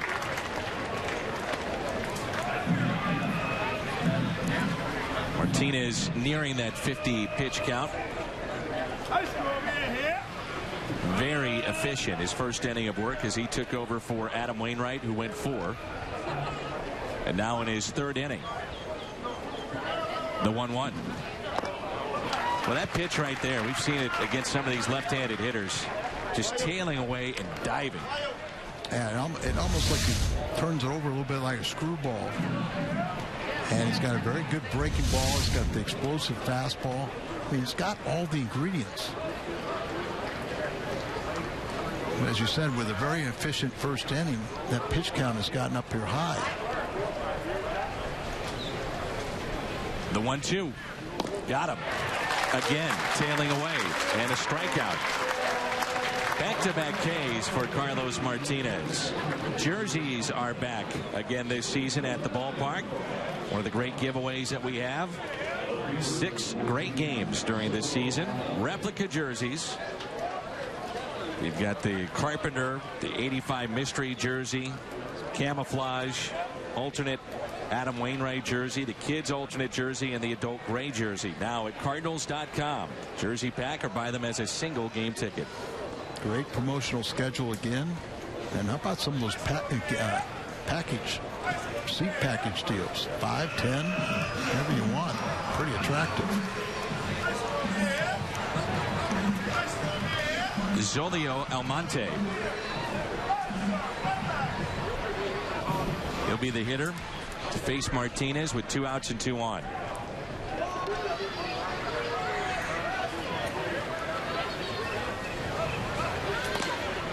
Monte is a switch hitter.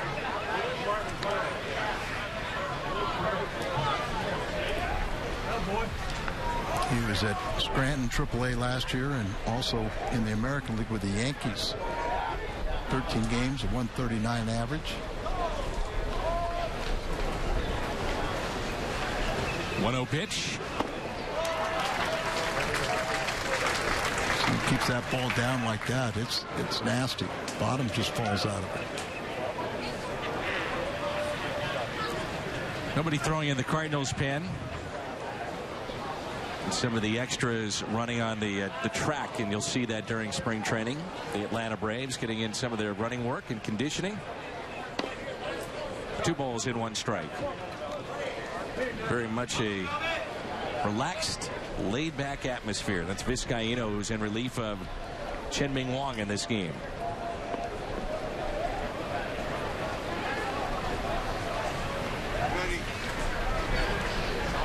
The 2-1. Ground ball hit to second. And Martinez out of the jam and doing it against left-handed batters. A good sign. Time to stretch. No score.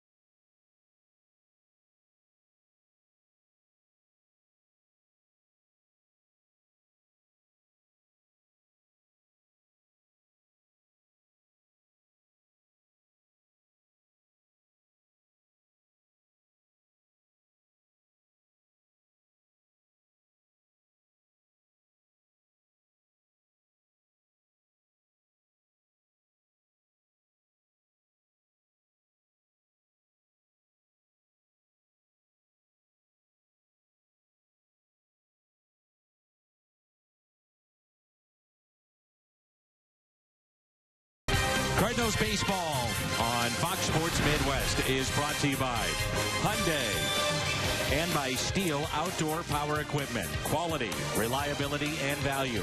Find a servicing Steel dealer at steeldealers.com or search STIHL.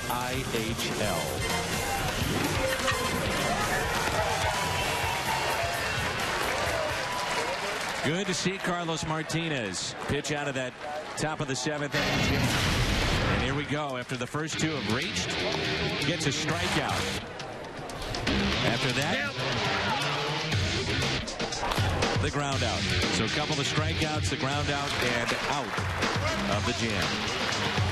And like a lot of pitchers, they learn when you get in trouble, you go softer. Instead of trying to blow your way out of it, most hitters are over anxious. They're looking for the fastball, and if you can throw the effective off-speed pitches, you get a lot of guys to strike out or roll over. He made some good pitches. Sugar Ray Merriman against Molina. There's a base hit to right. And Yadi's day may be through with that base hit. I don't think you ever get tired of seeing him take a ball to right field, do you? No.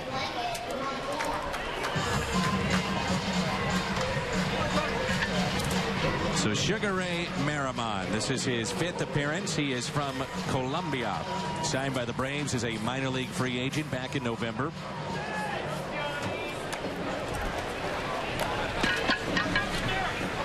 Originally with the Kansas City Royals.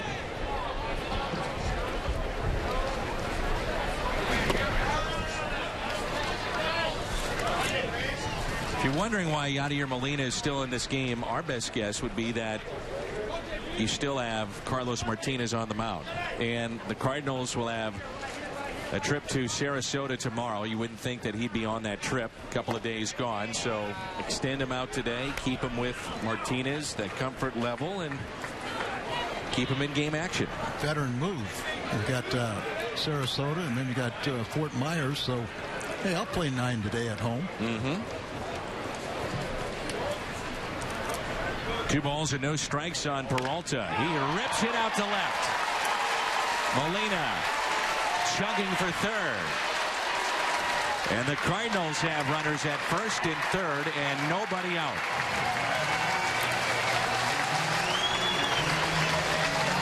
Peralta got off to a little slow start, but he's swinging the bat much better. His day is through as picks up the base hit.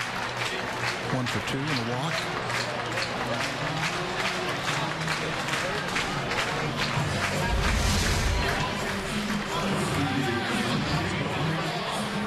Left that breaking ball down and in, and here you see Molina with not the great speed, but still able to go first to third. You'd like to see that more often from all the Cardinal players. Chance here for Colton Wong.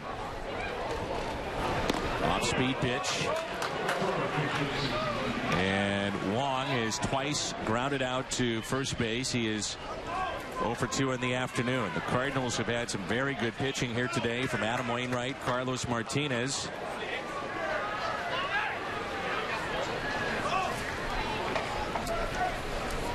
A 1 pitch.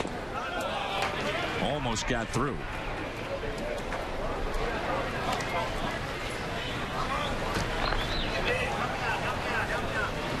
Ramon Sugar-Ray is 6'3", 150.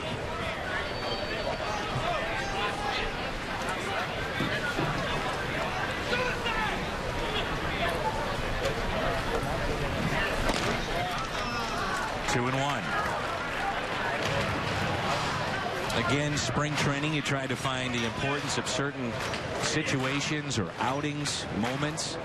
This could be one here for Colton Wong. He's only hitting 167. Trying to get things going offensively. Twice he has grounded out, as I mentioned earlier, very slowly to first. We have Peter Borges on deck. The 2-1 pitch on its way. Now, Colton had such a good second half with that little pop as our buddy Jim Hayes. I miss Jim Hayes.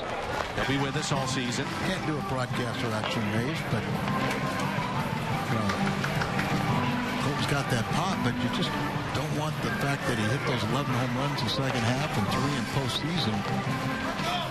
Now you see that, you look up and see 167 and 163, you're not swinging the bat well, and all of a sudden you try and hit 6-run home runs. Can't do it. Let's go back and think about line drives.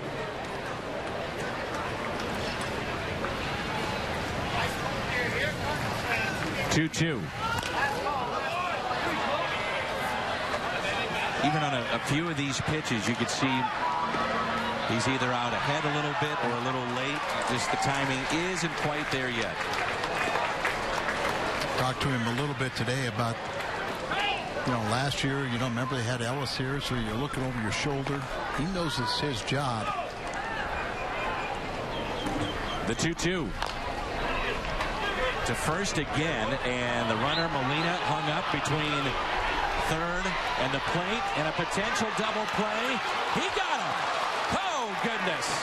A double play. 4th double played. Atlanta's turn today. Man, oh man. Molina trying to stay in the rundown to allow the runner from first to get to third and have just 1 out, and it turns into a double play. Once again, a chopper to first base. Molina, as you said, tried to stay in it long enough for the runner at first to get over to third base, but heads up play by our first baseman. He didn't have a chance, so he tags out Molina and then dives for the runner.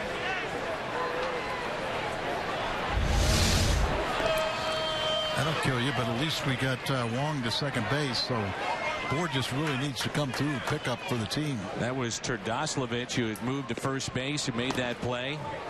And now Peter Borges.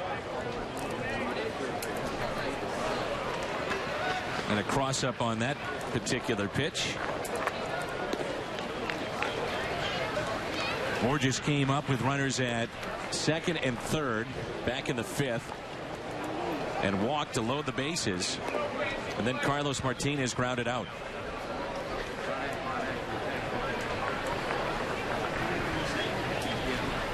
So 2 outs and a 1-0 pitch with Wong at second base to Peter Borges. 2-0. Randal Grichuk has moved to the on-deck circle. Randall's had a nice spring. Talk to Randall about trying to make it very difficult for the club to send him down. He's doing a good job of it. The 2-0. And Peter is hit by the pitch. So he's aboard.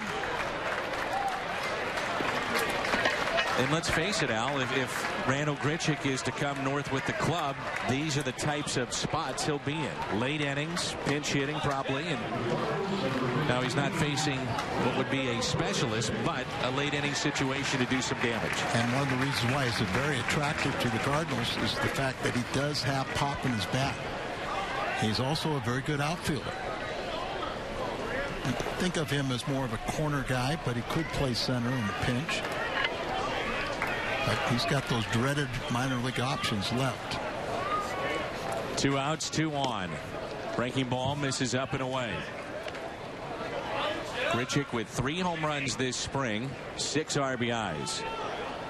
Outfield is deep. Big gap in left center.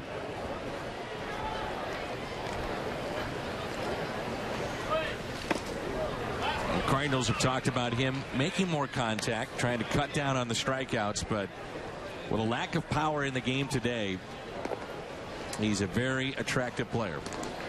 Still very young also, so I mean there's the one thought is if you do have to send him down, he's going to have a chance to play every day, which would help him in the long run.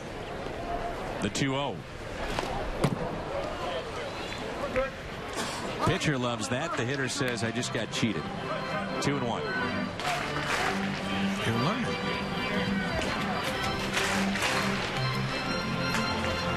And in fantasy camp, you kind of laugh at the hitter. Oh, yeah. Catching. Oh, yeah. Oh, you got cheated. You got cheated. I'm out back there barking.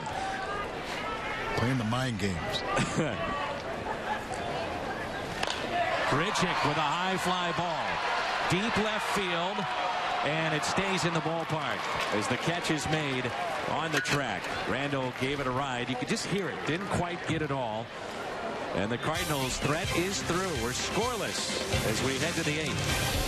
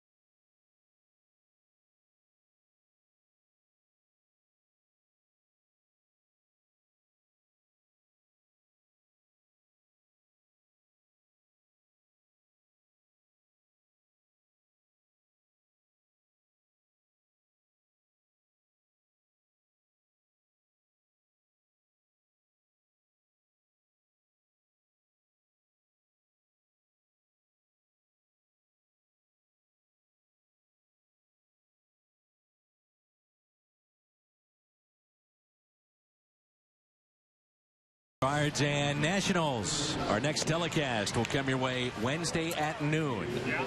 What's on Tap is brought to you by Budweiser. Carlos Villanueva. We saw him with the Chicago Cubs last couple of seasons. Was a swingman for them. Made some starts, worked out of the pen, even closed some games out.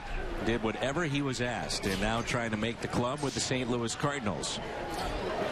Role here would be more of a long man, if you will, and working out of the bullpen, and he takes over for Carlos Martinez, who was right around that 50 pitch mark. Dan, I think with Jaime Garcia, what he's done this spring really complicates an opportunity for Carlos Villanueva to make this club. But, you know, maybe you can ask him, would you go to AAA for, say, a month or two? The fly ball into right. That's Stephen Piscotty near the line. Oh, what a catch by Piscotty. Very good outfielder. Just a matter if he can get to this level, the major league level, hit for a little bit more power. They've talked about his stance and changing some things, but there is no doubting the fact that he is a good defensive outfielder, a former third baseman that possesses a cannon in right field. Yeah, they signed him as a third baseman, and they converted him to right field. Best hitting prospect, you know, that closest to the major leagues. And, you know, like you said, you'd like to see more power, but that's usually the last thing that develops. Emerson Landoni is the hitter, and a ground ball left side taken there by Jacob Wilson to Scruggs. 2 down. And check that. That is Scott Moore now at third base. And Scott Moore, a very productive afternoon yesterday. And he was telling some of us about, hey, don't forget about me being a left-handed potential bat off the bench. And visiting with Scott a couple of weeks ago, he said that his grandparents from the Boot Hill, the state of Missouri, and grew up Cardinal fans. So for him to go back to Memphis, it made a lot of sense. And he was actually, he said, surprised that the Cardinals had called him back, and he was very, very happy to come back. He made an impression on me last spring. Me too. I thought he was a good insurance player, and you should have seen a couple of plays he made at first base the other day defensively. They were great. And, you know, if you get a pitcher out there that's throwing strikes, you get alert defense behind you. And Villanueva's got the benefit of a nice play by the right fielder Piscotty, and then Moore over at third. Here's a 1-2.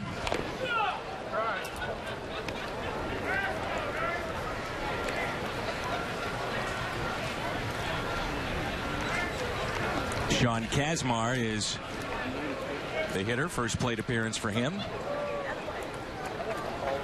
The lack of pitching depth that the Braves have brought here to Jupiter, you wonder if this game is scoreless after 9, if that may be it. Sometimes you'll finish up a game in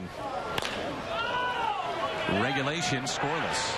Good defense for the Cardinals. There's that speed of Peter Borges. Some help from his D for Carlos Villanueva. Stay big at the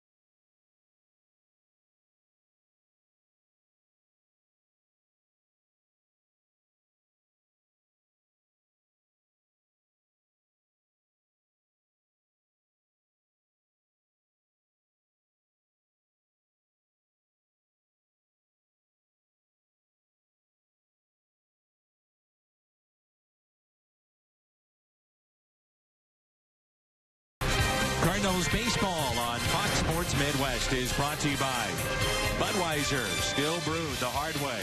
This Bud's for you. And by Ford, the official cars and trucks of the St. Louis Cardinals. Along with Al Rabaski, the Mad Hungarian, Dan McLaughlin with you. Scoreless. One of the stories today for the Cardinals, Adam Wainwright pitched 4 scoreless innings through 62 pitches. And here is Rafael Ortega. Ortega out in front, pops it up on the infield. 1 away. We've seen between innings Mike Matheny twice go out and visit with the home plate umpire Mike Estabrook.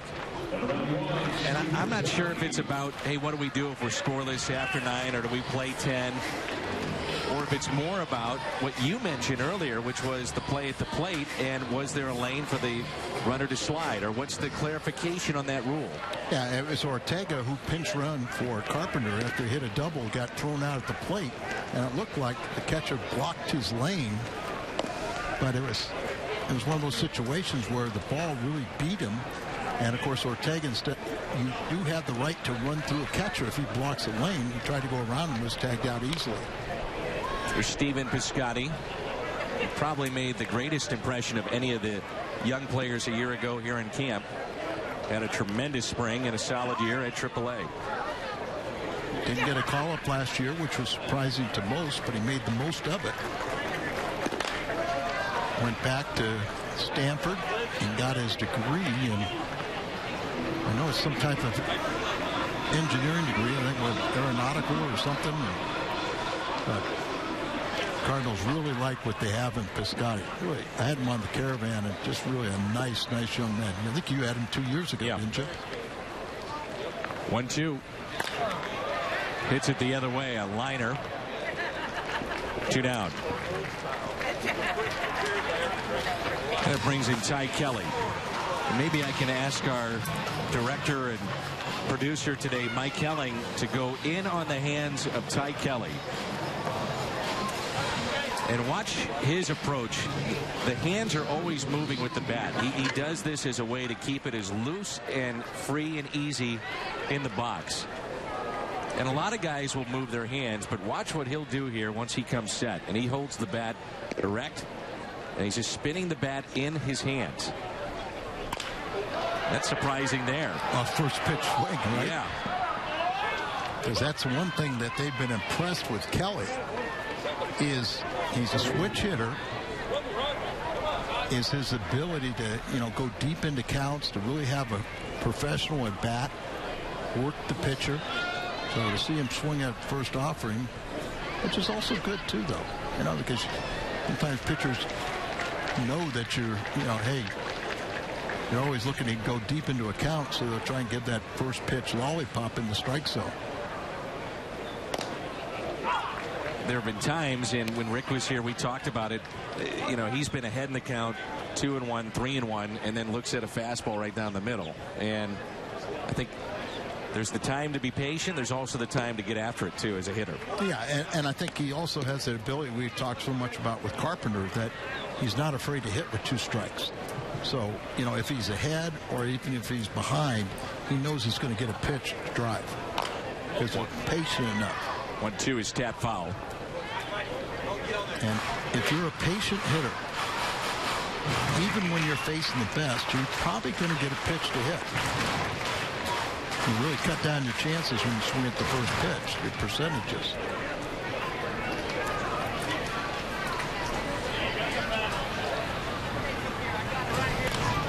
Good cut. That's my understanding. I think he's moved ahead a little bit at maybe a Dean Anna. And is trying to make the club as a utility man. Best position is second base. 1-2 pitch again. Ooh. That's a tough 1-2 pitch to take. Well, if you want to speed up the game, you call those pitches strikes.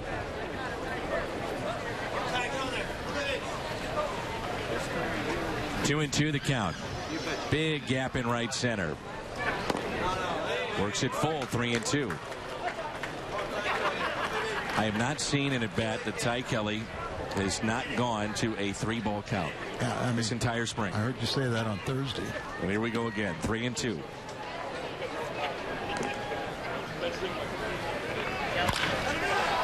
A fly ball lifted out to left center.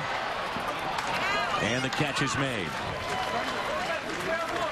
Pitching, pitching, pitching. That has been the story of this game today on both sides.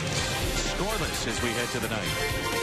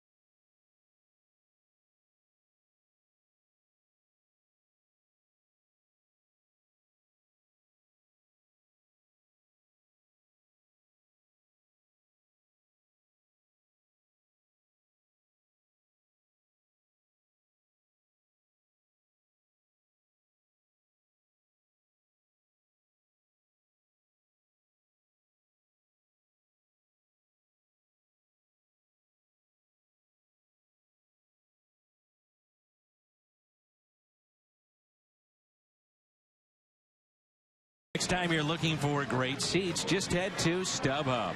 On StubHub, you can earn and grab Cardinals tickets all season long, even at the last minute, and even if the game is sold out. So go to StubHub today. StubHub, the official fan-to-fan ticket marketplace of the St. Louis Cardinals. Kevin Segrist is into the ballgame. Real key. Can he come back to form like 2013 when he was virtually unhittable? Last year, nerve condition in hand and forearm, kind of a lost season. So important to the ball club, though. 0-1 pitch.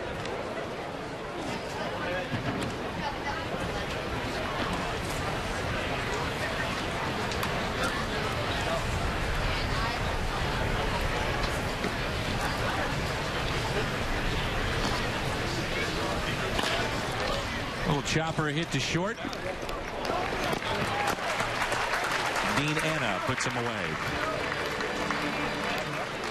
It's got Jacob Wilson, infield, Ty Kelly and Dean Anna, Xavier Scruggs, and also one Yadier Molina still in the game. You don't see that very often, do you? No, you don't. But, you know, maybe the last week of spring you'll see it. But I think with 2 long trips tomorrow, and Yadi, who is so gracious with his time, helping up all the minor league catchers, you look at those trips and you say, you know, Skipper, it'd be a good day tomorrow or the next day that I go work with some of the minor league catchers. I'll get my work in, and Tony Cruz and the other guys need to catch on the road. If you're wondering, Yadier Molina is, if not the first, one of the first to the ballpark every day. He and Matt Carpenter will arrive sometimes before 6. Still dark out there in the cage. Taking BP. This is Joe Benson at the plate. His second plate appearance today. 1 ball and 2 strikes. By the way, speaking of that opening night in Chicago, removing himself from what would have been a start today, John Lester. Dead arm. So he said there's nothing to worry about. I'm still on track for that opening night Sunday at Wrigley, but there's a good breaking ball and did not go as Tim Cooney begins to throw in the Cardinal bullpen. But he has decided to skip a start just to relax and make sure that he's all right. There's Tim Cooney, who's having a second consecutive outstanding spring. Probably, down the road, he's going to be a major league pitcher for the Cardinals, and maybe more of a rotation guy than a reliever.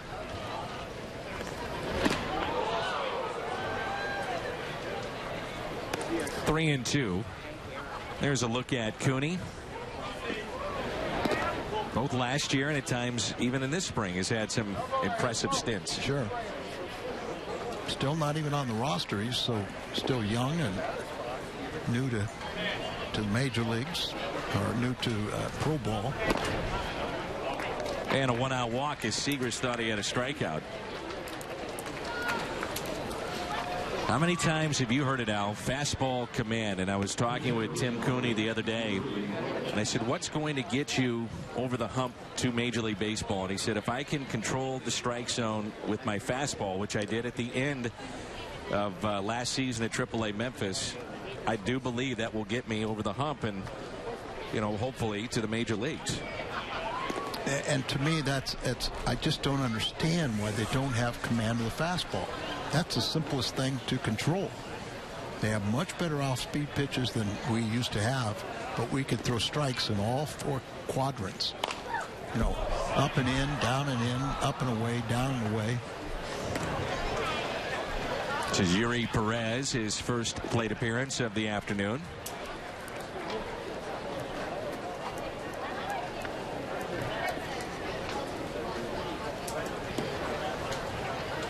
We're in the ninth. It is scoreless. Atlanta and St. Louis.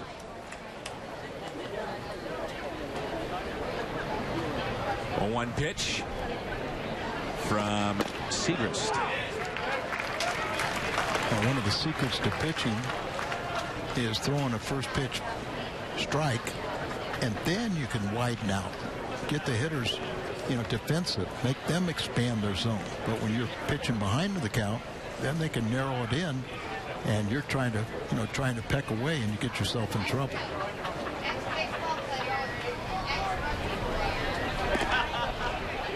Oh, 2 the count, and Perez a swing and a miss on a pitch down and in. So 2 down. 2013, when Seagrass was so effective, the guys just had a tough time swinging the bat off. He's very good to getting in on right-handed batters, and that's also a key. Last year, that arm was never healthy. Sam Freeman, who has trouble with fastball command, he's out of options. So they've got a tough decision on him.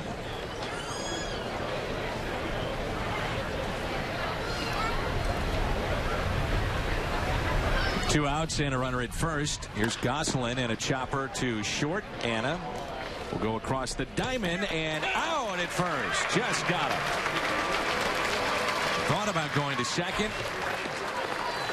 Would have been tight there and got the out at first. Scruggs coming up, and the Cardinals a chance to win it when we come back.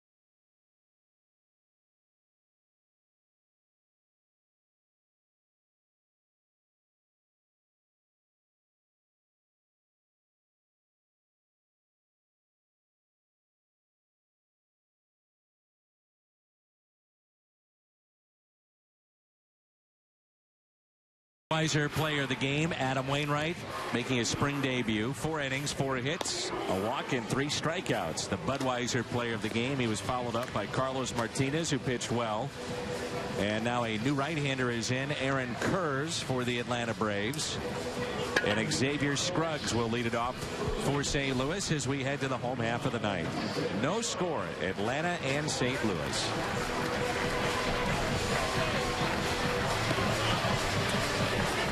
You saw Xavier last September get the call up. Actually played winter ball and specifically wanted to play the outfield and did that. Played well. Wanted to hit a little bit better than he did. But we know he's got some power. He's shown that in the minor leagues.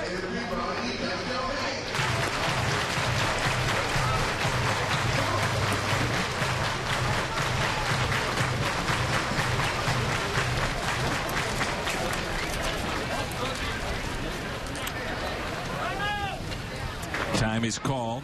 Kurz working from the stretch, really closed.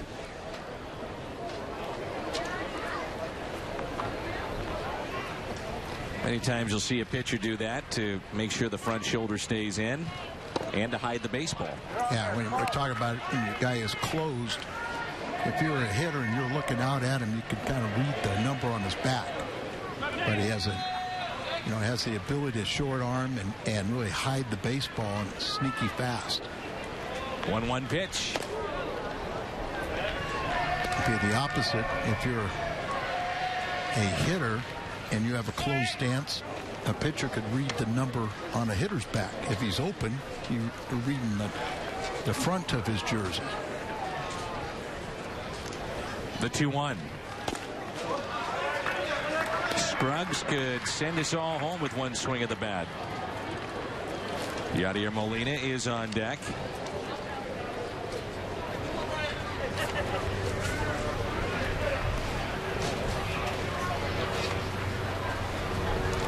A 3-1 pitch. It's on to Tommy Pham today, who got off to a great start and then had the quad strain. And Pham said he's getting close to returning, but boy, that was bad timing. And his, throughout the minor leagues, he's had bad timing with injuries. But 3-2. When we talk about players that are out of options, or what happens in terms if they don't make the club coming out of spring, and Pham had made such a good impression early on. And he looks the part. I mean, he is well put together, good athlete, can run, hit for power. Just has not been able to stay healthy. 3-2.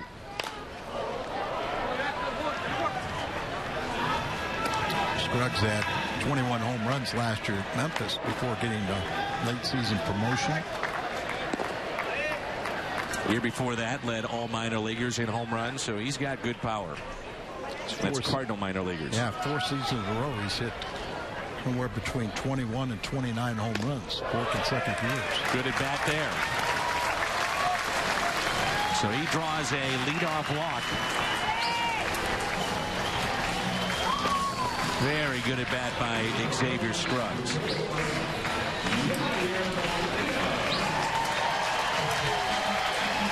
And they will pinch run for Scruggs.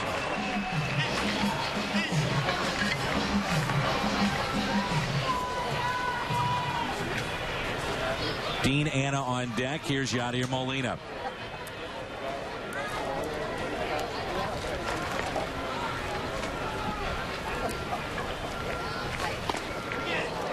Big cut by Molina. It's Charlie Tilson, the pinch runner at first base. Young prospect from the St. Louis area, outfielder. Here's an 0-1 pitch to Molina. Time is called and granted late.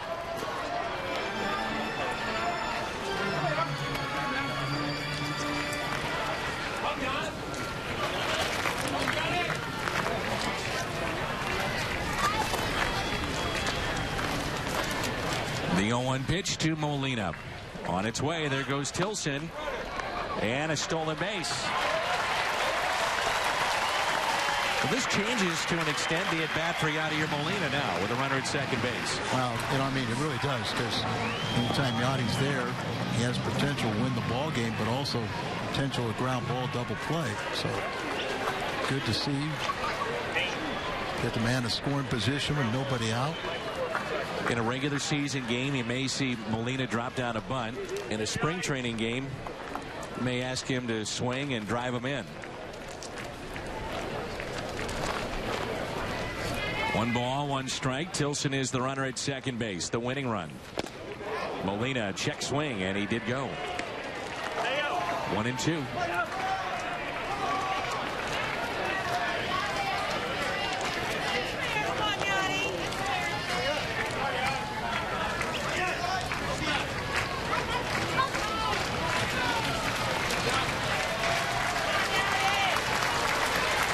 One-two pitch. Good rip there by Yadi.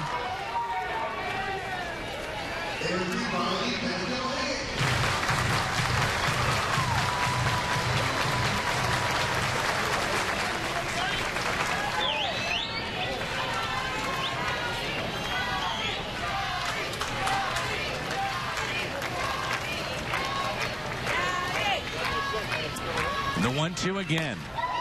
Molina trying to go the other way.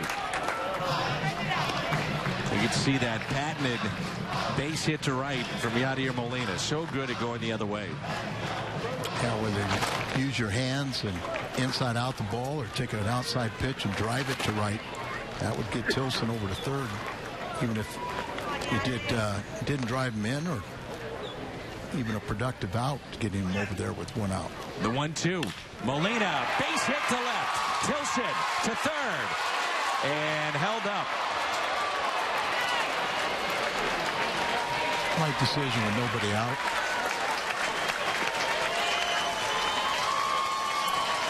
And Tilson going around third as Molina's day is through. Out of 2 for 4. And Tilson did not look comfortable going around third, held up. And I wonder if he felt he got held up late and tried to put on the brakes. But take a look here. Tilson was a second-round draft pick. You see he picks up the coach, but he missed third base. He kind of stumbled around it, but tell while Kendall, he wasn't really running down the line. So he stopped him pretty close to the bag. And fielder's indifference. Here's Dean Anna. The runner at second base is Pete Cosmo, who just took second base. We'll see if they got the infield. Is in, so they're playing for the potential run. That would be a game winner scoring. Infield is in, outfield is shallow, and Dean Anna could be the hero here today. Hitting just .214 this spring. And a 1-0 pitch. The Cardinals have had a couple of really good opportunities in this game to score. At one point, the base is loaded. The other time, they had a runner thrown out at the plate. A double play. Tag out of Molina between home plate and third, and then runner trying to go from first to third. He's tagged out for a double play. Cardinals will win it. Tilson will score. Dean Anna comes through. 1-0 the final here this afternoon. Look at Anna. He's trying to get his teammates to acknowledge the game-winning hit. I had him on the caravan, and Dan, I've already forgiven Anna for being a Cubs fan. Grew up in Chicago, big Cubs fan. He was afraid to tell me that the other day. He learned that from me. He comes through for the Cardinals here this afternoon. Dean Anna drives in Charlie Tilson. And the Cardinals win it 1-0 with a walk-off hit. Back with more in a moment.